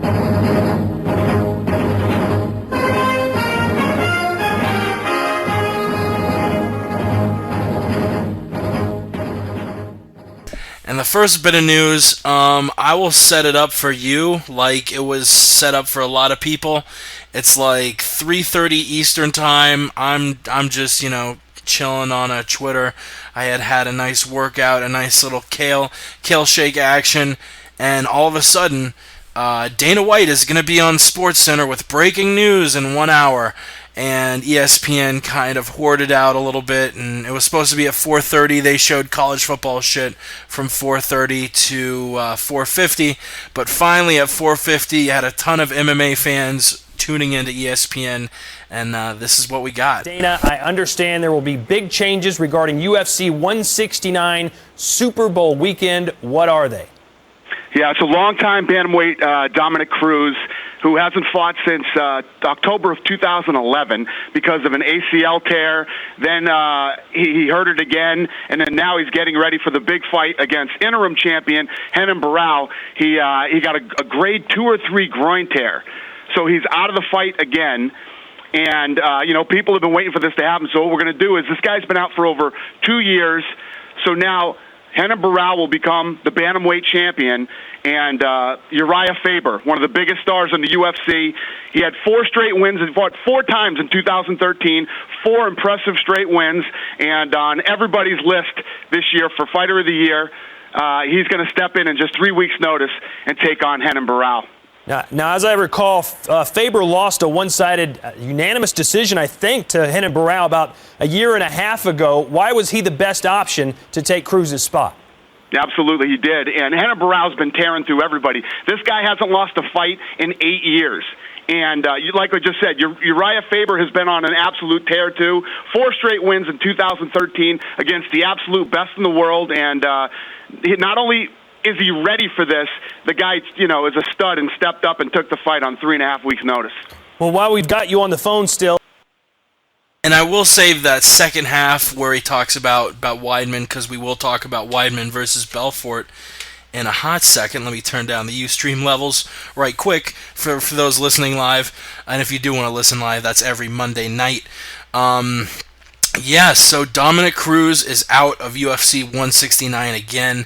One of the most unlucky. I mean, you've got to feel horrible for him.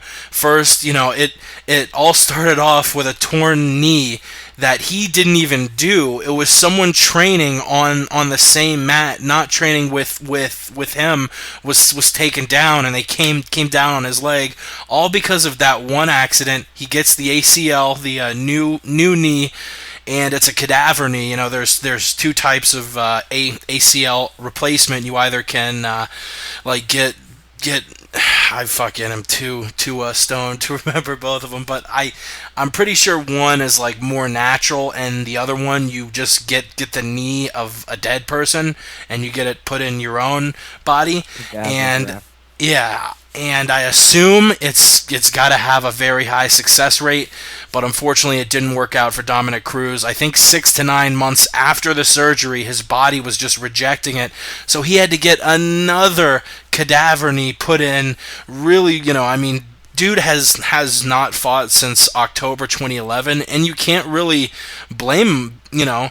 He's been dealing with all this shit. He finally was gonna be back. He was gonna try and take the belt back from a guy who's had the interim strap now for years, and he gets a grade 2 groin tear. I've never torn my groin. I've pulled it a couple times, and a groin injury is excruciating, so you got to feel sorry for him on that front. Got to feel sorry for it that he's now vacated his belt. He's the 4th fighter in the history of the UFC to vacate a belt, and I thought it was really kind of interesting. Bas Rutten and Frank Shamrock in 1999 were the first 2 fighters to vacate a UFC belt, and for about 15 years there were 0. It was just Rutten and Shamrock, and now literally in the last month... I thought Couture did. No, he was stripped. And literally within the last month, we've had 2 more vacated titles, with the welterweight belt with George St-Pierre that's going to be contested over between Johnny Hendricks and Robbie Lawler, and now this bantamweight belt, which I think it's kind of funny. When the interim belt was first put out there, it was Barão Faber, and this is going to be the first undisputed bantamweight title fight since 2011. It's been a few years, and once again, it's the same 2 guys, Barão versus Faber. I have laid out the situation as best I can now with some analysis. One of my favorite MMA analysts in the game, one of my favorite up-and-coming MMA prospects in the game. They know what they're talking about. Yao, what do you make of all this UFC 169? I think you're going. What does Faber got to do? What does Barão got to do? Break it down for us. Yeah, we'll be at this fight live. Very excited. Looking forward to it. This is going to be a very interesting rematch. opinion. The first fight you saw, Ramses, take away are you still scrambles with from us? Uriah Faber, and you just Queen's straight kickbox him Blizzard. like Hannibal did, you'll win. Like Jose Aldo did. Wow. Skype's really funny. Yeah. Skype it all is together. Skype literally will like a kink in a hose. Like all the words will build up, and then when it gets unkinked, it's like really funny because it'll just be silence for like 2 seconds, and then in the next 4 seconds you'll hear like 6 seconds worth of Yao, I hope your connection's still with us. We do get a little bit of scratchiness every now and then, but are you there still there? Yeah, I'm here. All right, sorry. Yeah, you were fading in and out really quick. What does Faber got to do to get ready for a Renan Barão who hasn't lost in 8 years? Well, he's got to train very hard. He's got to really come up with an intelligent way of approaching this You're fading out again, buddy. fight. Hannibal Barão once before, so we already. Yeah, you were kind of fading out. Let me knock you off of the call and maybe find a Wi-Fi spot or something. But let me knock you off and call you back in a few seconds. Maybe that'll help. Ramses, I pretty much pose the same same shit to you. Will I call Yao back? Faber, what does he got to do? How is this going to change Barão's plan? Is Barão more or less likely to win now? He's obviously going to be a heavy favorite in both. Break it down. How funny would it be if Uriah Faber is like a fan of the show, and at that moment he was listening intently for Yao's advice, and then that shit happened. No. And like Yao had the winning strategy. Oh Jesus, man. It's fucking it's fucking Faber and Dwayne both like huddled up. Come on. What is he gonna say? Come on.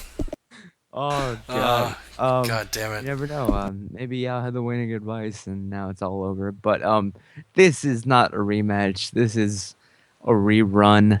This is the saddest news possible. I mean, 2014. I loved the UFC. Never, ever think I don't. Every comment, every criticism, every suggestion, every time I point out a work, it is ultimately with the goal of promoting the sport and keeping it a real sport. All right. But yeah, this fight, Cruz. I mean, first off, back to Cruz's groin injury. I'm sorry, Jake. I've had a groin tear myself, actually, but that's not the case in my opinion, and this is only my view. I think that's total bullshit. I think it's the knee, but they are keeping the door open. But yeah, they would claim groin injury because you'll walk the same way as if your knee's fucked up. You can pull off that little fucking lie if you have to. A little bit weird that we haven't heard from Dominic at all. Looks like they got a muzzle on him. Obviously, they probably tried their best just to get him to go through with the fight no matter what. But he made the best call for his own safety. So props to you, Dominic. It sucks. Your ears must still be ringing from the fucking yelling session you had to endure when you pulled out, man. I'm sorry about that. But yeah, groin injury. No, it's the knee again. Come on, guys. Hopefully we'll see him again. They left the door open a little bit. I mean, Dana's not saying he was retired. He's just vacating the belt, which no, actually. It's like a couture thing. That's a strip. They stripped him.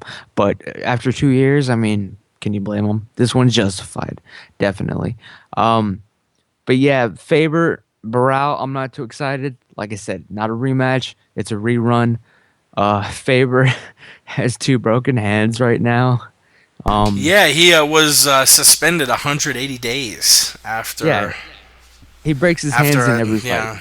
His December 14th match against McDonald. Yep. I try to tell people this, like, he has glass hands. Like, he breaks his hands in every fight. That's like an industry, like, not even a secret anymore. That's like the word on the street. But they're gonna get him in there with broken hands, and he made the mistake in his last fight against Barao of being honest. Uriah Faber was like, he broke my ribs early. That was it. So guess what? There's your game plan, Barao. He's gonna do it again. Faber's got no hands. He's got to take you down, elbow you, and then submit you. Barao, you're not gonna do Barao is listening very, very closely now. Just like Faber was, just like Faber was listening to Yao.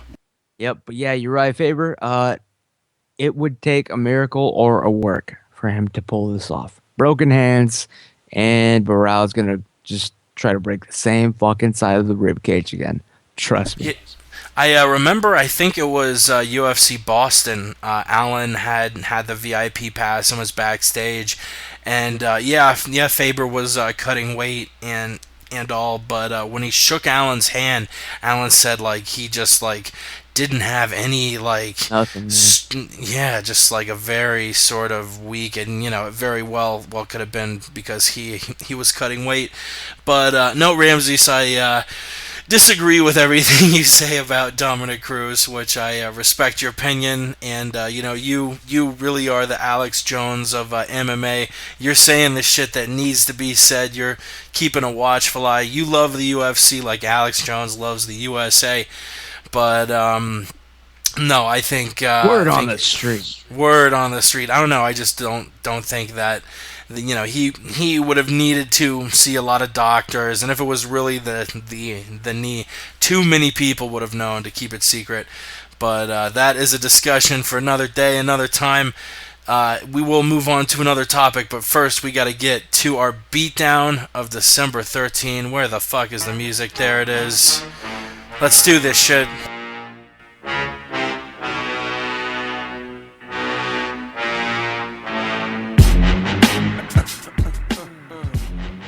My beatdown of December 2013 was one of my honorable mentions for the KO of 2013. It's got to be Shogun Rua, just a nasty one-punch knockout over James Tehuna.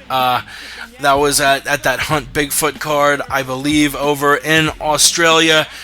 A lot of people were hating on Rua, saying he was old, he was washed out. James is this up-and-coming dude, he's definitely going to win. No, sir. Shogun Rua, my beatdown of December. Well, I got to say, my beatdown of December, hands down, another Team Sonic guy, Uriah Hall, retiring Chris Lieben. Trust me, Chris Lieben's going to retire.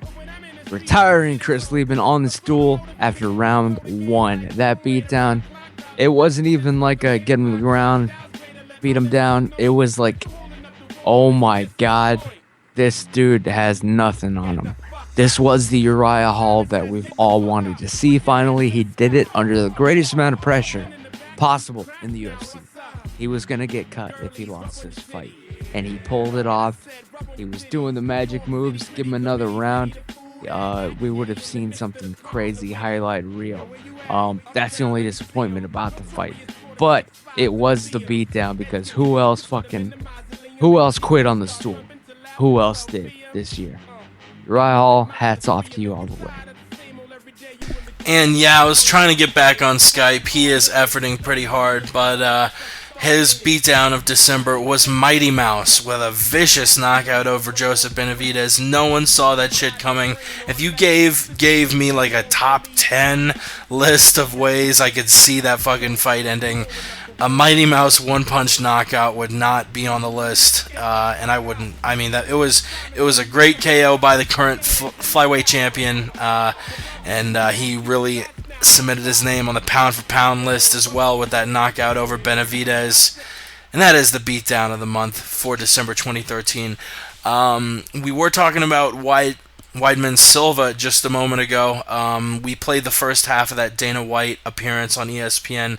Much thanks to Brett Okamoto, ESPN.com, and Dana White for the clip. But let's finish that off and hear what Dana White had to say about Chris Weidman's second title defense against Vitor Belfort. Well, people are buzzing about Chris Weidman's victory last weekend after the horrible leg break to Anderson Silva. What's the latest on Silva's condition, and does he ever want to fight again? Anderson Silva's healing very well. They actually this week put a boot cast on him now. He's walking around with crutches and a boot cast. And crazy enough, an ACL tear in the knee is puts you out longer than what happened to Anderson Silva. Anderson will be back in 6 months. Back meaning he'll be able to, on his foot again and be able to train. And from everything we hear, I'm going to go visit him this week. But everything I hear, he's doing great, and he wants to come back. That's remarkable. As for Weidman, I know he'll be fighting Vitor Belfort soon. Do you have a specific date yet for that fight? I don't have the date off the top of my head, but we want to do it in Vegas, and yes, that fight will happen. All right, Dana White breaking the news that UFC 169 has changed, at least the main event. Dominic Cruz is out. Uriah Faber is in to square off against Renan Barão. Dana, we appreciate you breaking the news right here on SportsCenter. Thank you. And once again, that fight between Faber and Cruz will be February 1st at UFC 169 in Newark, New Jersey. But let's talk about Chris Weidman, the fight against Vitor. Probably, the biggest news other than the news that they're probably going to try and schedule it in Vegas for May or July is that Chris Weidman says he doesn't think TRT belongs in the sport. Vitor Belfort has fought his last few fights in Brazil using quite a bit of TRT. His frame has obviously changed. It's likely that if the fight is in Vegas that he'll have a very, very more rigorous drug testing schedule, than he did in Brazil. First, who do you think wins, Chris versus Vitor? Do you think he'll be all TRT and juiced up? Will he get around it? And to what Chris was saying, does TRT belong in the sport or not? Vitor will be juiced to the gills, in my opinion. And let's face it, this is my opinion. I have no credible sources, but all these fighters are on some sort of fucking method of boosting their testosterone levels, people. All right. Some of it gets caught in a fucking test. Some of it doesn't. Some of them take more. Some of them take less. Vitor is going to be boosted, definitely. I mean, dude's fucking old. He needs it. Does it belong in the sport? Actually, yes. But that's me speaking. I'm for the legalization of all drugs, honestly. But also testosterone. How can you call something that your body produces a drug, for one? But Weidman's on shit too. Come on, don't give me. Some of it just. It's like. You gotta be real, all right? You have to be real. Everybody's on something, and I think if it's gonna be the Ultimate Fighting Championship, you want to beat. You want to be the best fighter. You want to be able to beat anybody, the youngest, the strongest, the people on this or that, whatever. That's the whole name of the game. If there was some sort of of course, I don't want people getting methed up to where they can't feel any pain or get knocked out. Of course, there's a reasonable limit, but the TRT thing, some people honestly need. I mean, Anderson, if he had been, who knows? Maybe if he had been, admitting that he was taking it, getting treated medically by a doctor, regulated. Shit, maybe that bone wouldn't have fucking snapped. Maybe he would have had more density at the age of 38. You never know. It's testosterone. I mean, everybody's boosting their levels. That's my opinion. So yeah, let it flow. Let them do whatever they want. Smoke weed, whatever. I'm for it all. Let's just see the best fights. Whatever. Hell yeah. Yeah, I mean, I don't know. All of these guys are juicing, but when it's so blatant to the point when people are fighting in a different country just so they can cheat basically, but it's not against the rules, but it's against the rules in other places. The one downside to letting everything be legal is that's going to have a two-sided hammer as far as negative physical, repercussions.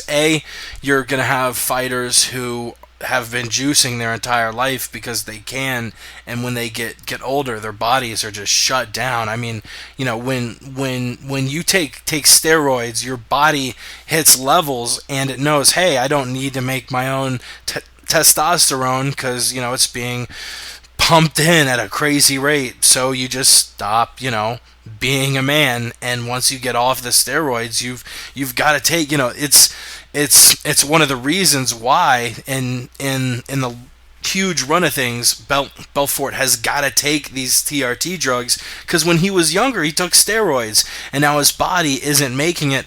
So I don't know, if it's at a point where doctors are keeping your levels stable throughout an entire training camp, cool. Because I don't think whether you're a guy I like Chael, or a guy I don't like Belfort, whether or not you did anything in your youth, you shouldn't be punished for that for the rest of your life. And that's basically what has happened with Vitor. The reason he takes TRT is because he can't make it on his own. So I don't think it should be at a point where he's in Brazil and he's not being watched and he's just juicing up like a horse.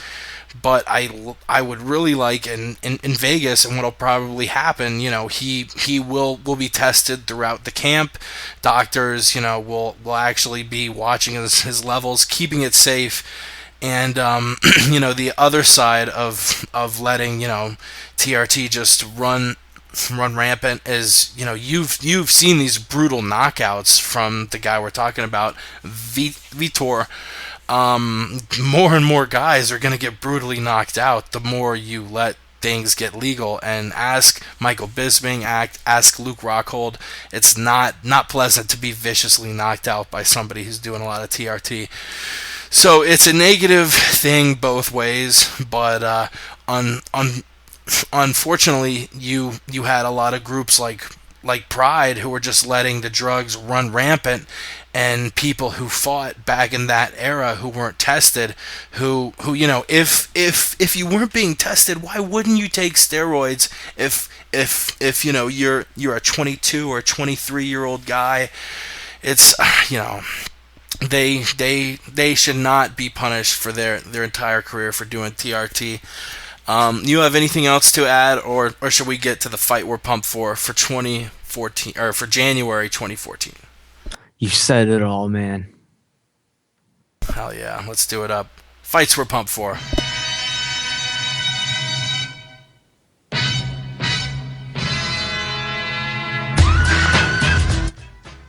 And usually we do the beatdown of the month, the last week, the fights we're pumped for the first week of each month. But because we didn't do a podcast the last week of December, you get a double dose of segment love.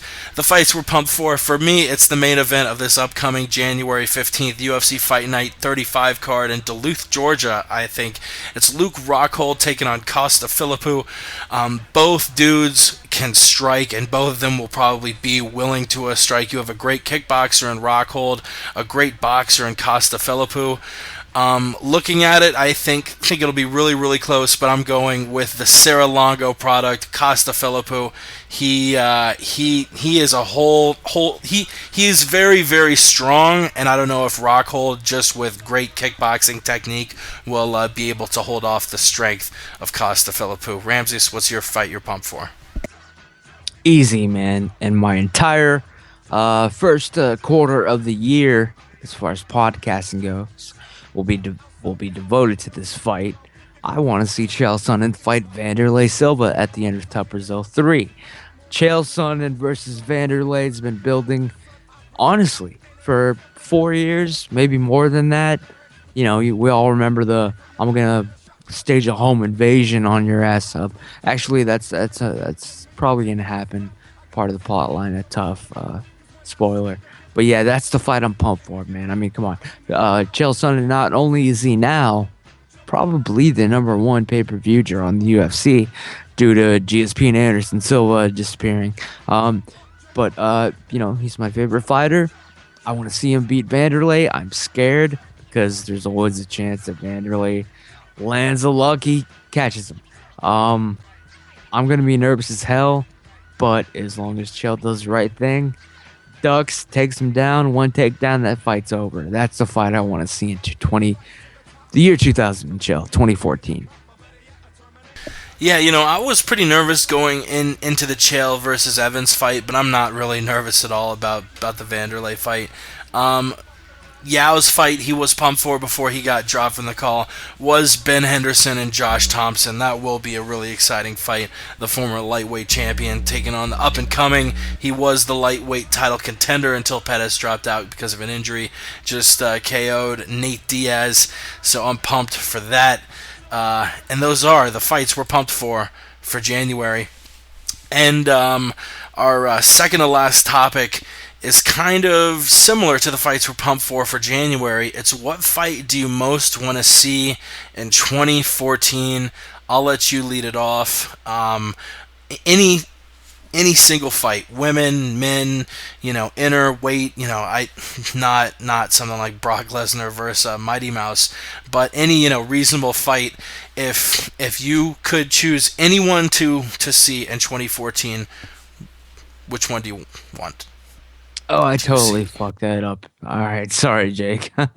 Yeah, I got it mixed up here on the run sheet. The Chael Vanderlei fight is the fight I most want to see in 2014.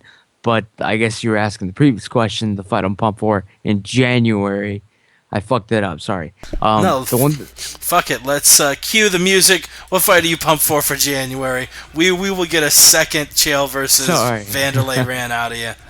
Yeah, sorry. No. The fight I'm pumped for in January is Darren Cruikshank. I still believe in the man, and he's going to be fighting fucking Mike Rio, the Wolverine. That fight's going to be cool. It's going to be no more Facebook prelims, but it is going to be on the UFC Fight Pass prelims. Go get your Fight Pass now. Watch your favorite fights in HD. Quit downloading them in that crappy ass quality. Why did you buy that badass HD TV only to download shit from torrent shit in low quality? No, get on the UFC Fight Pass right now. Darren Cruikshank, Mike Real going down in the prelims January. I forget which card it is, but that's the one in January that I'm pumped for. Darren Cruikshank, guest on the MMA Podcast, Saturday, January 25th, live from Chicago. Word up. Well, as far as the fight we most want to see in 2014, I'll lead it off and give you a second to think of any fight that has not been scheduled yet. So Chael versus Vanderlei is out of it. You got to think of any fight in 2014 that has not yet been scheduled. The fight I most want to see in 2014. I actually think we did a word on the street on New Year's Eve, maybe. I think I was really, really sick. December 31st, 2012, and you asked what fight I most want to see. In 2013, the fight I said was Daniel Cormier versus John Jones, and I'm gonna, keep it. 2014, I most want to see Daniel Cormier versus John Jones. There is bad blood there, and God, I mean, Cormier offers so many different obstacles for Jones that we really saw him suffer from in the Gustafsson fight. I mean, shit, if Gustafsson can take him down and stop the Jones takedown, what do you think an Olympic wrestler is going to do in the cage with him? Jones versus Cormier, the fight I most want to see in 2014. Ramses, what about you? Well, Cormier never gonna make that 205 weight. Never gonna happen. Fight I would most likely want to see and make, if I had to call it right now, shit, man, you're putting me on the spot here. But probably something like something totally ridiculous. Because I know for a fact that Kelvin could beat GSP. I'd make that fight happen just to prove a point. Kelvin Gastelum versus GSP. Damn, his just to prove a damn point, he actually Just to started prove a training point. at TriStar, I think, recently. I know. You could steal a few trade secrets from him. All right, really quickly before we get to a few recent fight announced and close out the show, as always, we got to get to the 10 solid seconds of sports, where I talk all things not MMA. Let me lick my lips really quick. I got a dry mouth, and not because I've been smoking a ton of legal marijuana, but I always got to spout out a bunch of shit in 10 seconds. Here we go. The BCS national title game comes to an end, but we end up seeing Jameis Winston and the Florida State Seminoles rally from 18 back to win. Colts, Chargers, Saints, 49ers move on the wild card round. NFL teams cover 12-8. NHL and NBA season still in full swing, but who really gives a shit? Oh, my sweet dick. Your dick. Sweet dick. All right, let us get to the last topic I want to talk about before we close the show out, and that is recent fights that have been announced between the last show we did and this one. 3 fights for UFC 170, 3 fights for UFC 171. We'll keep them brief, we'll keep them short, we'll keep it rapid fire. UFC 170, Rory McDonald versus Damian Maia. I have Rory. I think he's going to change shit up after that Robbie fight and turn into the animal he once was. What about you? I agree. If fucking Roy stops like point fighting, yeah, he can beat this man. He's got to get lethal. He knows he needs this win. Enough fucking around. GSP's out of the picture. That's mentally out of his. He doesn't have to keep that in the back of his mind anymore. So hopefully we see a real Roy come back hungry. They gave him too much money too early.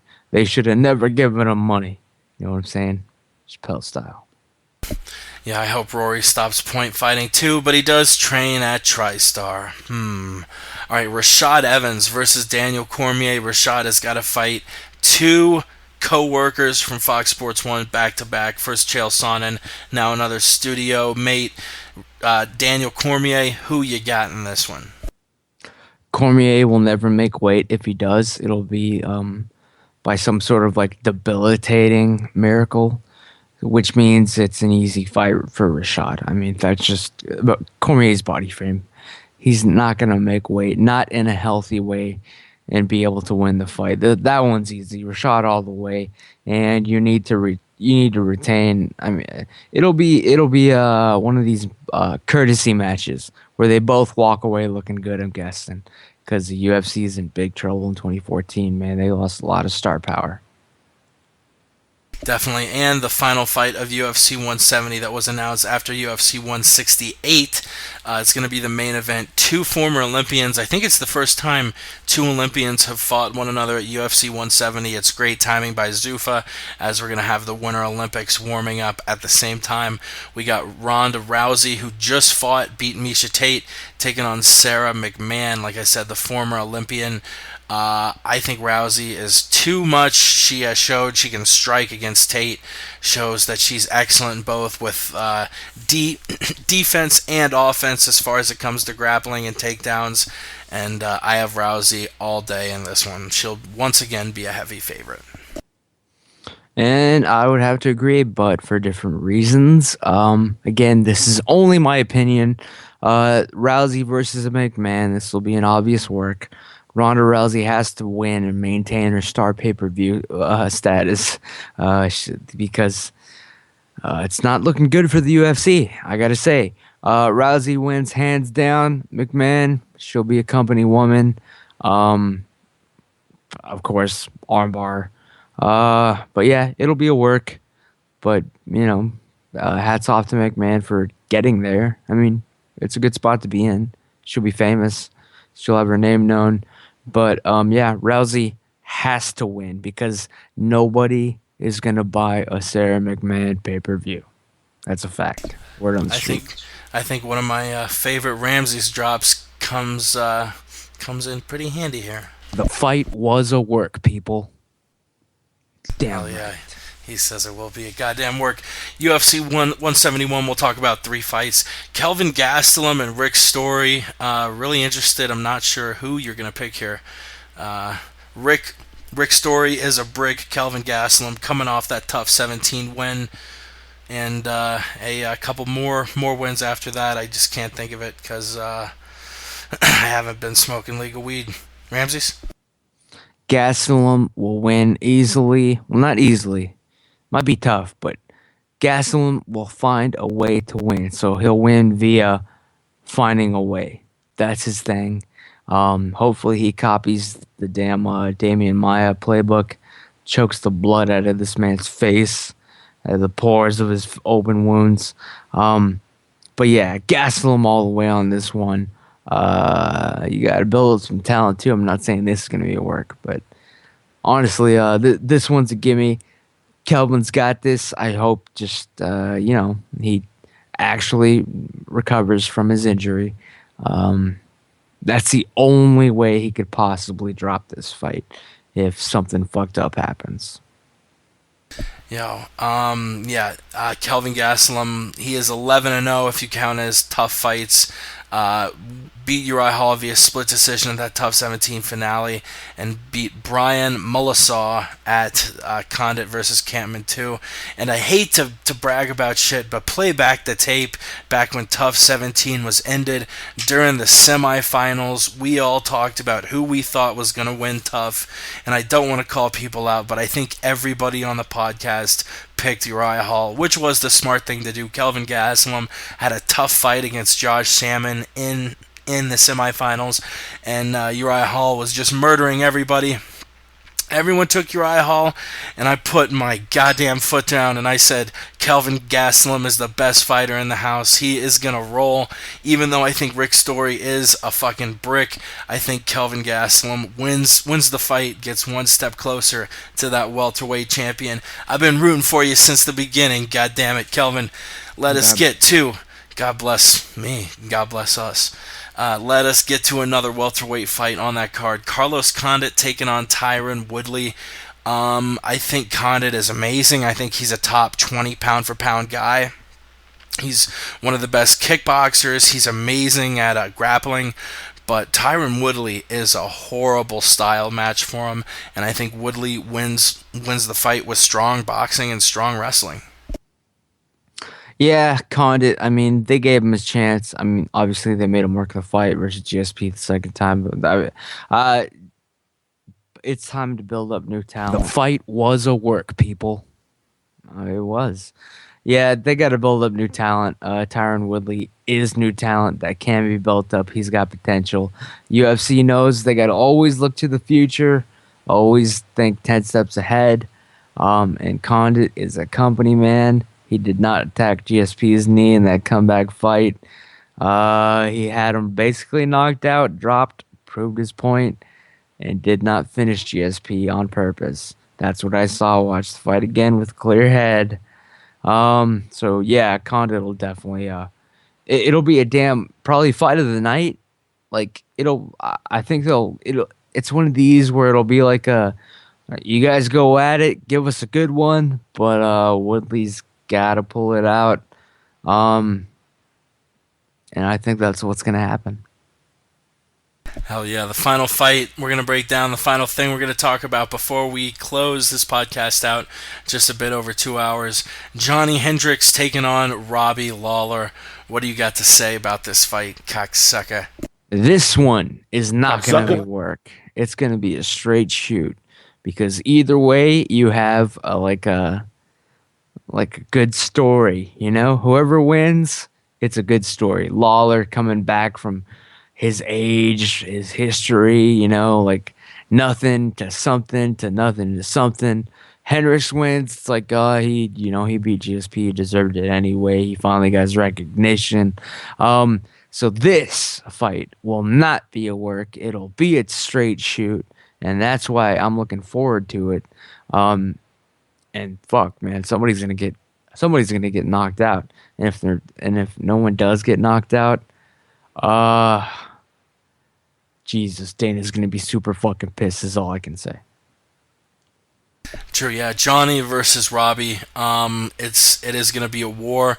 If Johnny's wrestling wasn't as good as it is, just the arc that Robbie's career has taken, the way he's just dominating really good fighters, I would have gone with Lawler, but Johnny is just so good all around. He's going to have a fire under his ass from losing that controversial split decision to George St-Pierre, and I think Johnny takes this one.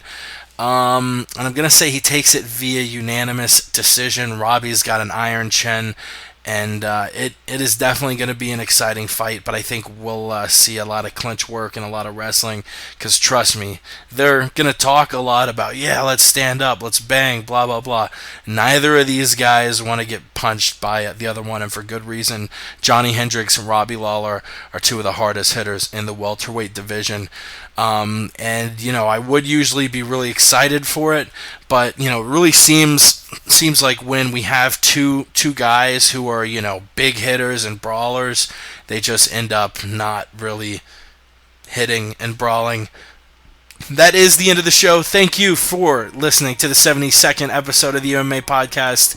As always, you can follow us on Twitter at the MMA Podcast and visit themmmapodcast.com. Check iTunes and YouTube for the MMA Podcast. Pretty simple, people. We do it Monday nights or one out of every couple dozen shows. Actually, this is the first time in 72 episodes we've ever done a podcast over separate days. Podcast history, ladies and gentlemen. Thank you for tuning in. Ramses, where do we find you, and where do we find the word on the street? At the Jimmy Show, but also just a shout out to Ross Finkelstein. Follow Chris Weidman's new gym with Ray Longo at Power MMA _NY. Power MMA _NY. Shout out to them. Yeah, definitely follow Power MMA _NY for the camp that you can find Longo and Weidman at, and Ross at on occasion. Ramses, I thank you for being on the show. Thanks to Yao. You can find him at YAO _ the truth. Of course, our boy Alan, he's Westland Eagle AH. Chris C. Lowenstein, MMA Mental. Shout out to the JRE soundboard, which is where we get all the Joey Diaz and Rogan drops from. Shout out to Eddie Bravo and Smoke Serpent for doing the intro song and letting us use it. It was an awesome 2013, and this year is really going to kick ass for me, for you. I'm pumped for another year of MMA. It's going to be great, and I can't wait to share it with y'all. Definitely tune in every Monday night, and we really love people calling in. The number is 213-457-3380, or tweet us live. We all have our Twitters up that we shout out at the beginning and end of every show, so you can tweet us during the show and we can have a conversation through Twitter if you don't want to call us and waste your goddamn minutes. Thanks once again. I'm really thankful for everyone who listens to us on YouTube. iTunes leaves all the positive messages. We love the shit out of you. It's going to be a great year. Let's do it. 2014, we gone. Ain't got vision, come on. We did it, mama. We did it. We did it for the love of the game.